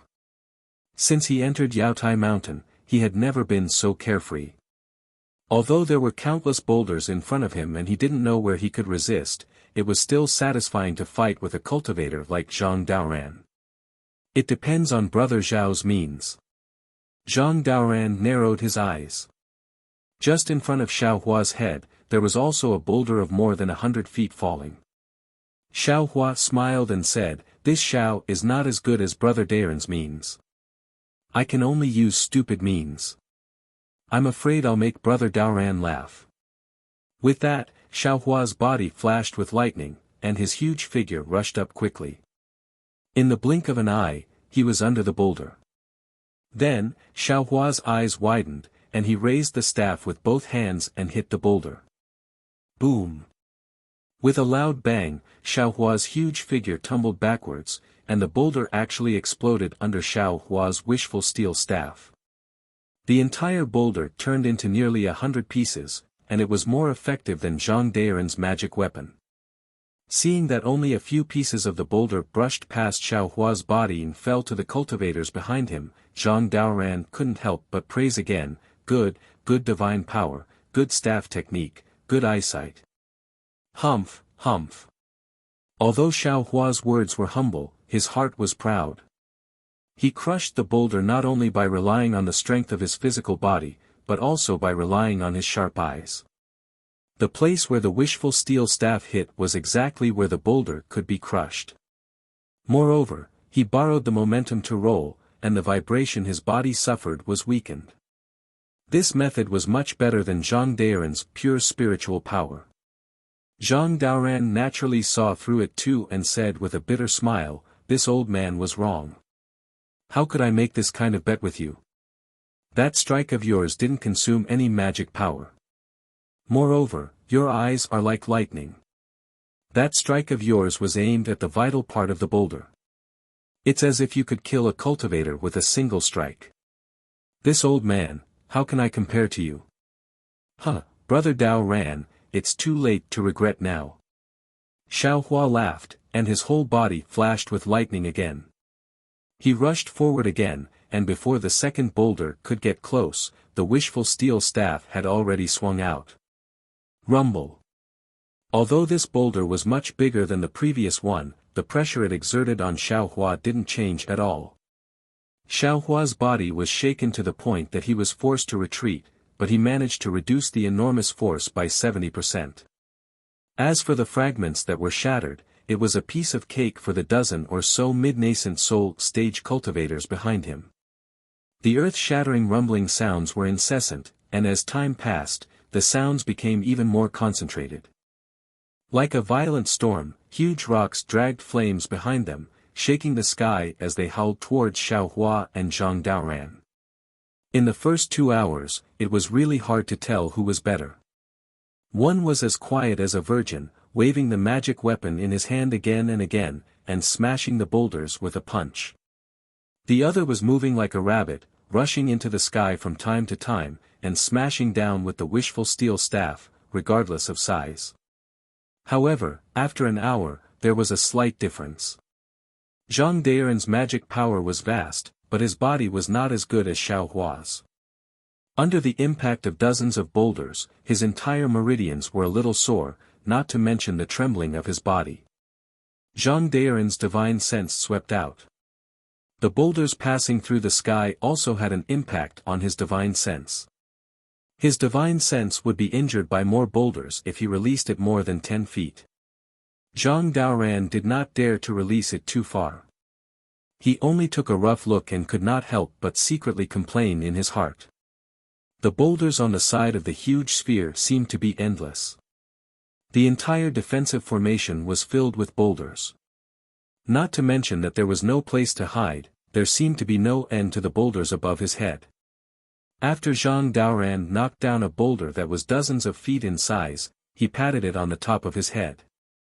A giant hand that was nearly 100 feet in size was born from the top of his head. With a huge roar, the giant hand held the sky with one palm and waved toward the top of his head, "Woo!" There was a gust of wind, and then there was the sound of boulders hitting each other. Within a range of nearly 100 feet, the giant hand swept away everything. "Who?" Zhang Daoran breathed a sigh of relief. Taking advantage of this gap, he hurriedly urged his cultivation method and took a little rest. Brother Daoran's magic power is really powerful, Xiao Hua said with a smile. The wishful steel staff in his hand was still neither fast nor slow. It was like an old farmer plowing the field, breaking one boulder after another. Zhang Daoran looked at Xiao Hua's vigorous figure and was quite envious. In his early years, he also had the heart to temper his body, but this kind of body cultivation method was really difficult to find. Occasionally, he would get the cultivation method of the demon spirit, but it was too overbearing. He was in human form and could not cultivate it. When he heard Xiao Hua's words, the corner of his mouth slightly smiled. He did not answer and seized the time to adjust his breath. However, in a moment, a large number of small stones mixed with thick smoke and dust covered Zhang Daoran. Zhang Daoran sighed slightly in his heart and waved the magic weapon in his hand again. However, after this time, the gap between Zhang Daoran and Xiao Hua was widened. Where Zhang Daoran urged his magic weapon, the boulder fragments became bigger and bigger. The dozen or so nascent soul middle stage cultivators behind him began to feel a huge pressure. From time to time, one or two cultivators would exchange positions with the cultivators behind them and temporarily rest. Under Xiao Hua's wishful steel staff, all the boulders, regardless of size, had always been relatively uniform. Although the number was large, the fragments were small, so the dozen or so cultivators behind him did not have to expend much effort. Later, many cultivators even took the initiative to fly to Zhang Daoran's side to help. Another 2 hours passed, but the flying stones of the entire defensive array still showed no signs of stopping. Old man Sun Kong. Zhang Daoran was a little impatient. He urged his magic power and shouted, "Did your Changgung find anything?" Sun Kong's slightly embarrassed voice immediately sounded, "The fluctuations of the boulders here are too great. The entire space is affected. Changgung has not found anything yet. Brother Daoran, hold on a little longer." Zhang Daoran was helpless. After thinking for a moment, he stretched out his hand and took out a palm-sized semicircular magic weapon from his Qianquan bag. He spat out a mouthful of true essence, and the magic weapon immediately shot out like a sharp arrow. It followed the extremely small gap between the boulders to a space of several hundred feet. Zhang Daoran chanted again, "Quick," but with a flash of brilliance, the magic weapon suddenly expanded to several hundred feet. It was like a big umbrella that blocked above his head. Boom, boom, boom. 3 loud sounds rang out in a row. The brilliance on the magic weapon flashed rapidly, and the entire magic weapon fell with the boulders. "Rise!" Zhang Daoran pointed his finger. Another surge of magic power rushed out, and the magic weapon rushed up 5 feet. Boom! Unfortunately, at this time, another boulder fell. With a crisp, "Kacha" sound, the magic weapon was damaged. Its brilliance disappeared, and the boulder fell again. Alas! Zhang Daoran only wanted to give it a try. Seeing that this method didn't work, he immediately abandoned the magic weapon and hurriedly wanted to activate the magic weapon in his hand. However, there were now 4 boulders piled up on top of the semicircular magic weapon. Zhang Daoran had just raised the magic weapon in his hand when he felt something was wrong. He activated his divine sense again, and the big hand appeared out of thin air. However, this time, the big hand seemed to be very strenuous. It could only sweep the space of several hundred feet and couldn't extend too far. Seeing this, Xiaohua knew that even though Zhang Daoran's magic power was profound, he was still unable to cope with these huge rocks that were constantly striking down like a heavenly tribulation.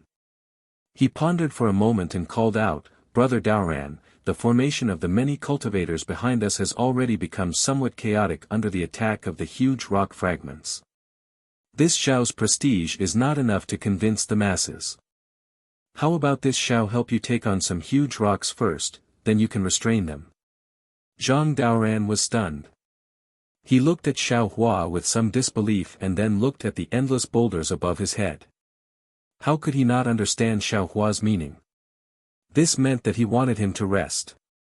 "All right." Zhang Daoran thought for a moment and nodded. "We'll wait for the 2 groups to cooperate.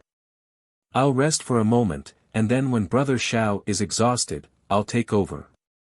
"All right, we'll do as Brother Daoran says." Xiaohua agreed and waved his hand. "Fellow Taoists, follow me to Senior Zhang's side. We'll hit him with our power." "Yes, Taoist Master Xiao." The cultivators behind Xiaohua were full of confidence.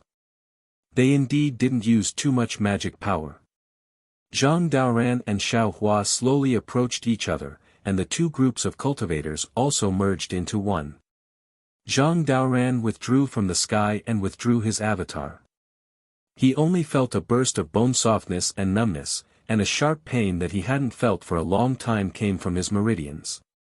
"Senior Daoran, it's all thanks to you and Taoist Master Xiao." Behind him, a burly nascent soul cultivator said with a smile. "Otherwise, facing such a vast rain of boulders, we would have already died without a burial ground. You should rest more, it's time for us to exert our strength. We'll have to rely on your magical ability later." N. Zhang Daoran nodded lightly and took out a jade bottle from his bosom. He poured out a medicinal pill from the jade bottle and put it into his mouth. His figure swayed and landed behind the crowd. All the cultivators took the initiative to make way for him, and their eyes were full of respect. Looking at Xiaohua again, he was still the kind of person who didn't seek merit but only sought not to make mistakes. He waved the wishful staff unhurriedly, and the boulders shattered one by one, like a child in the secular world using a small stick to hit a hamster that popped out of a hole in the ground.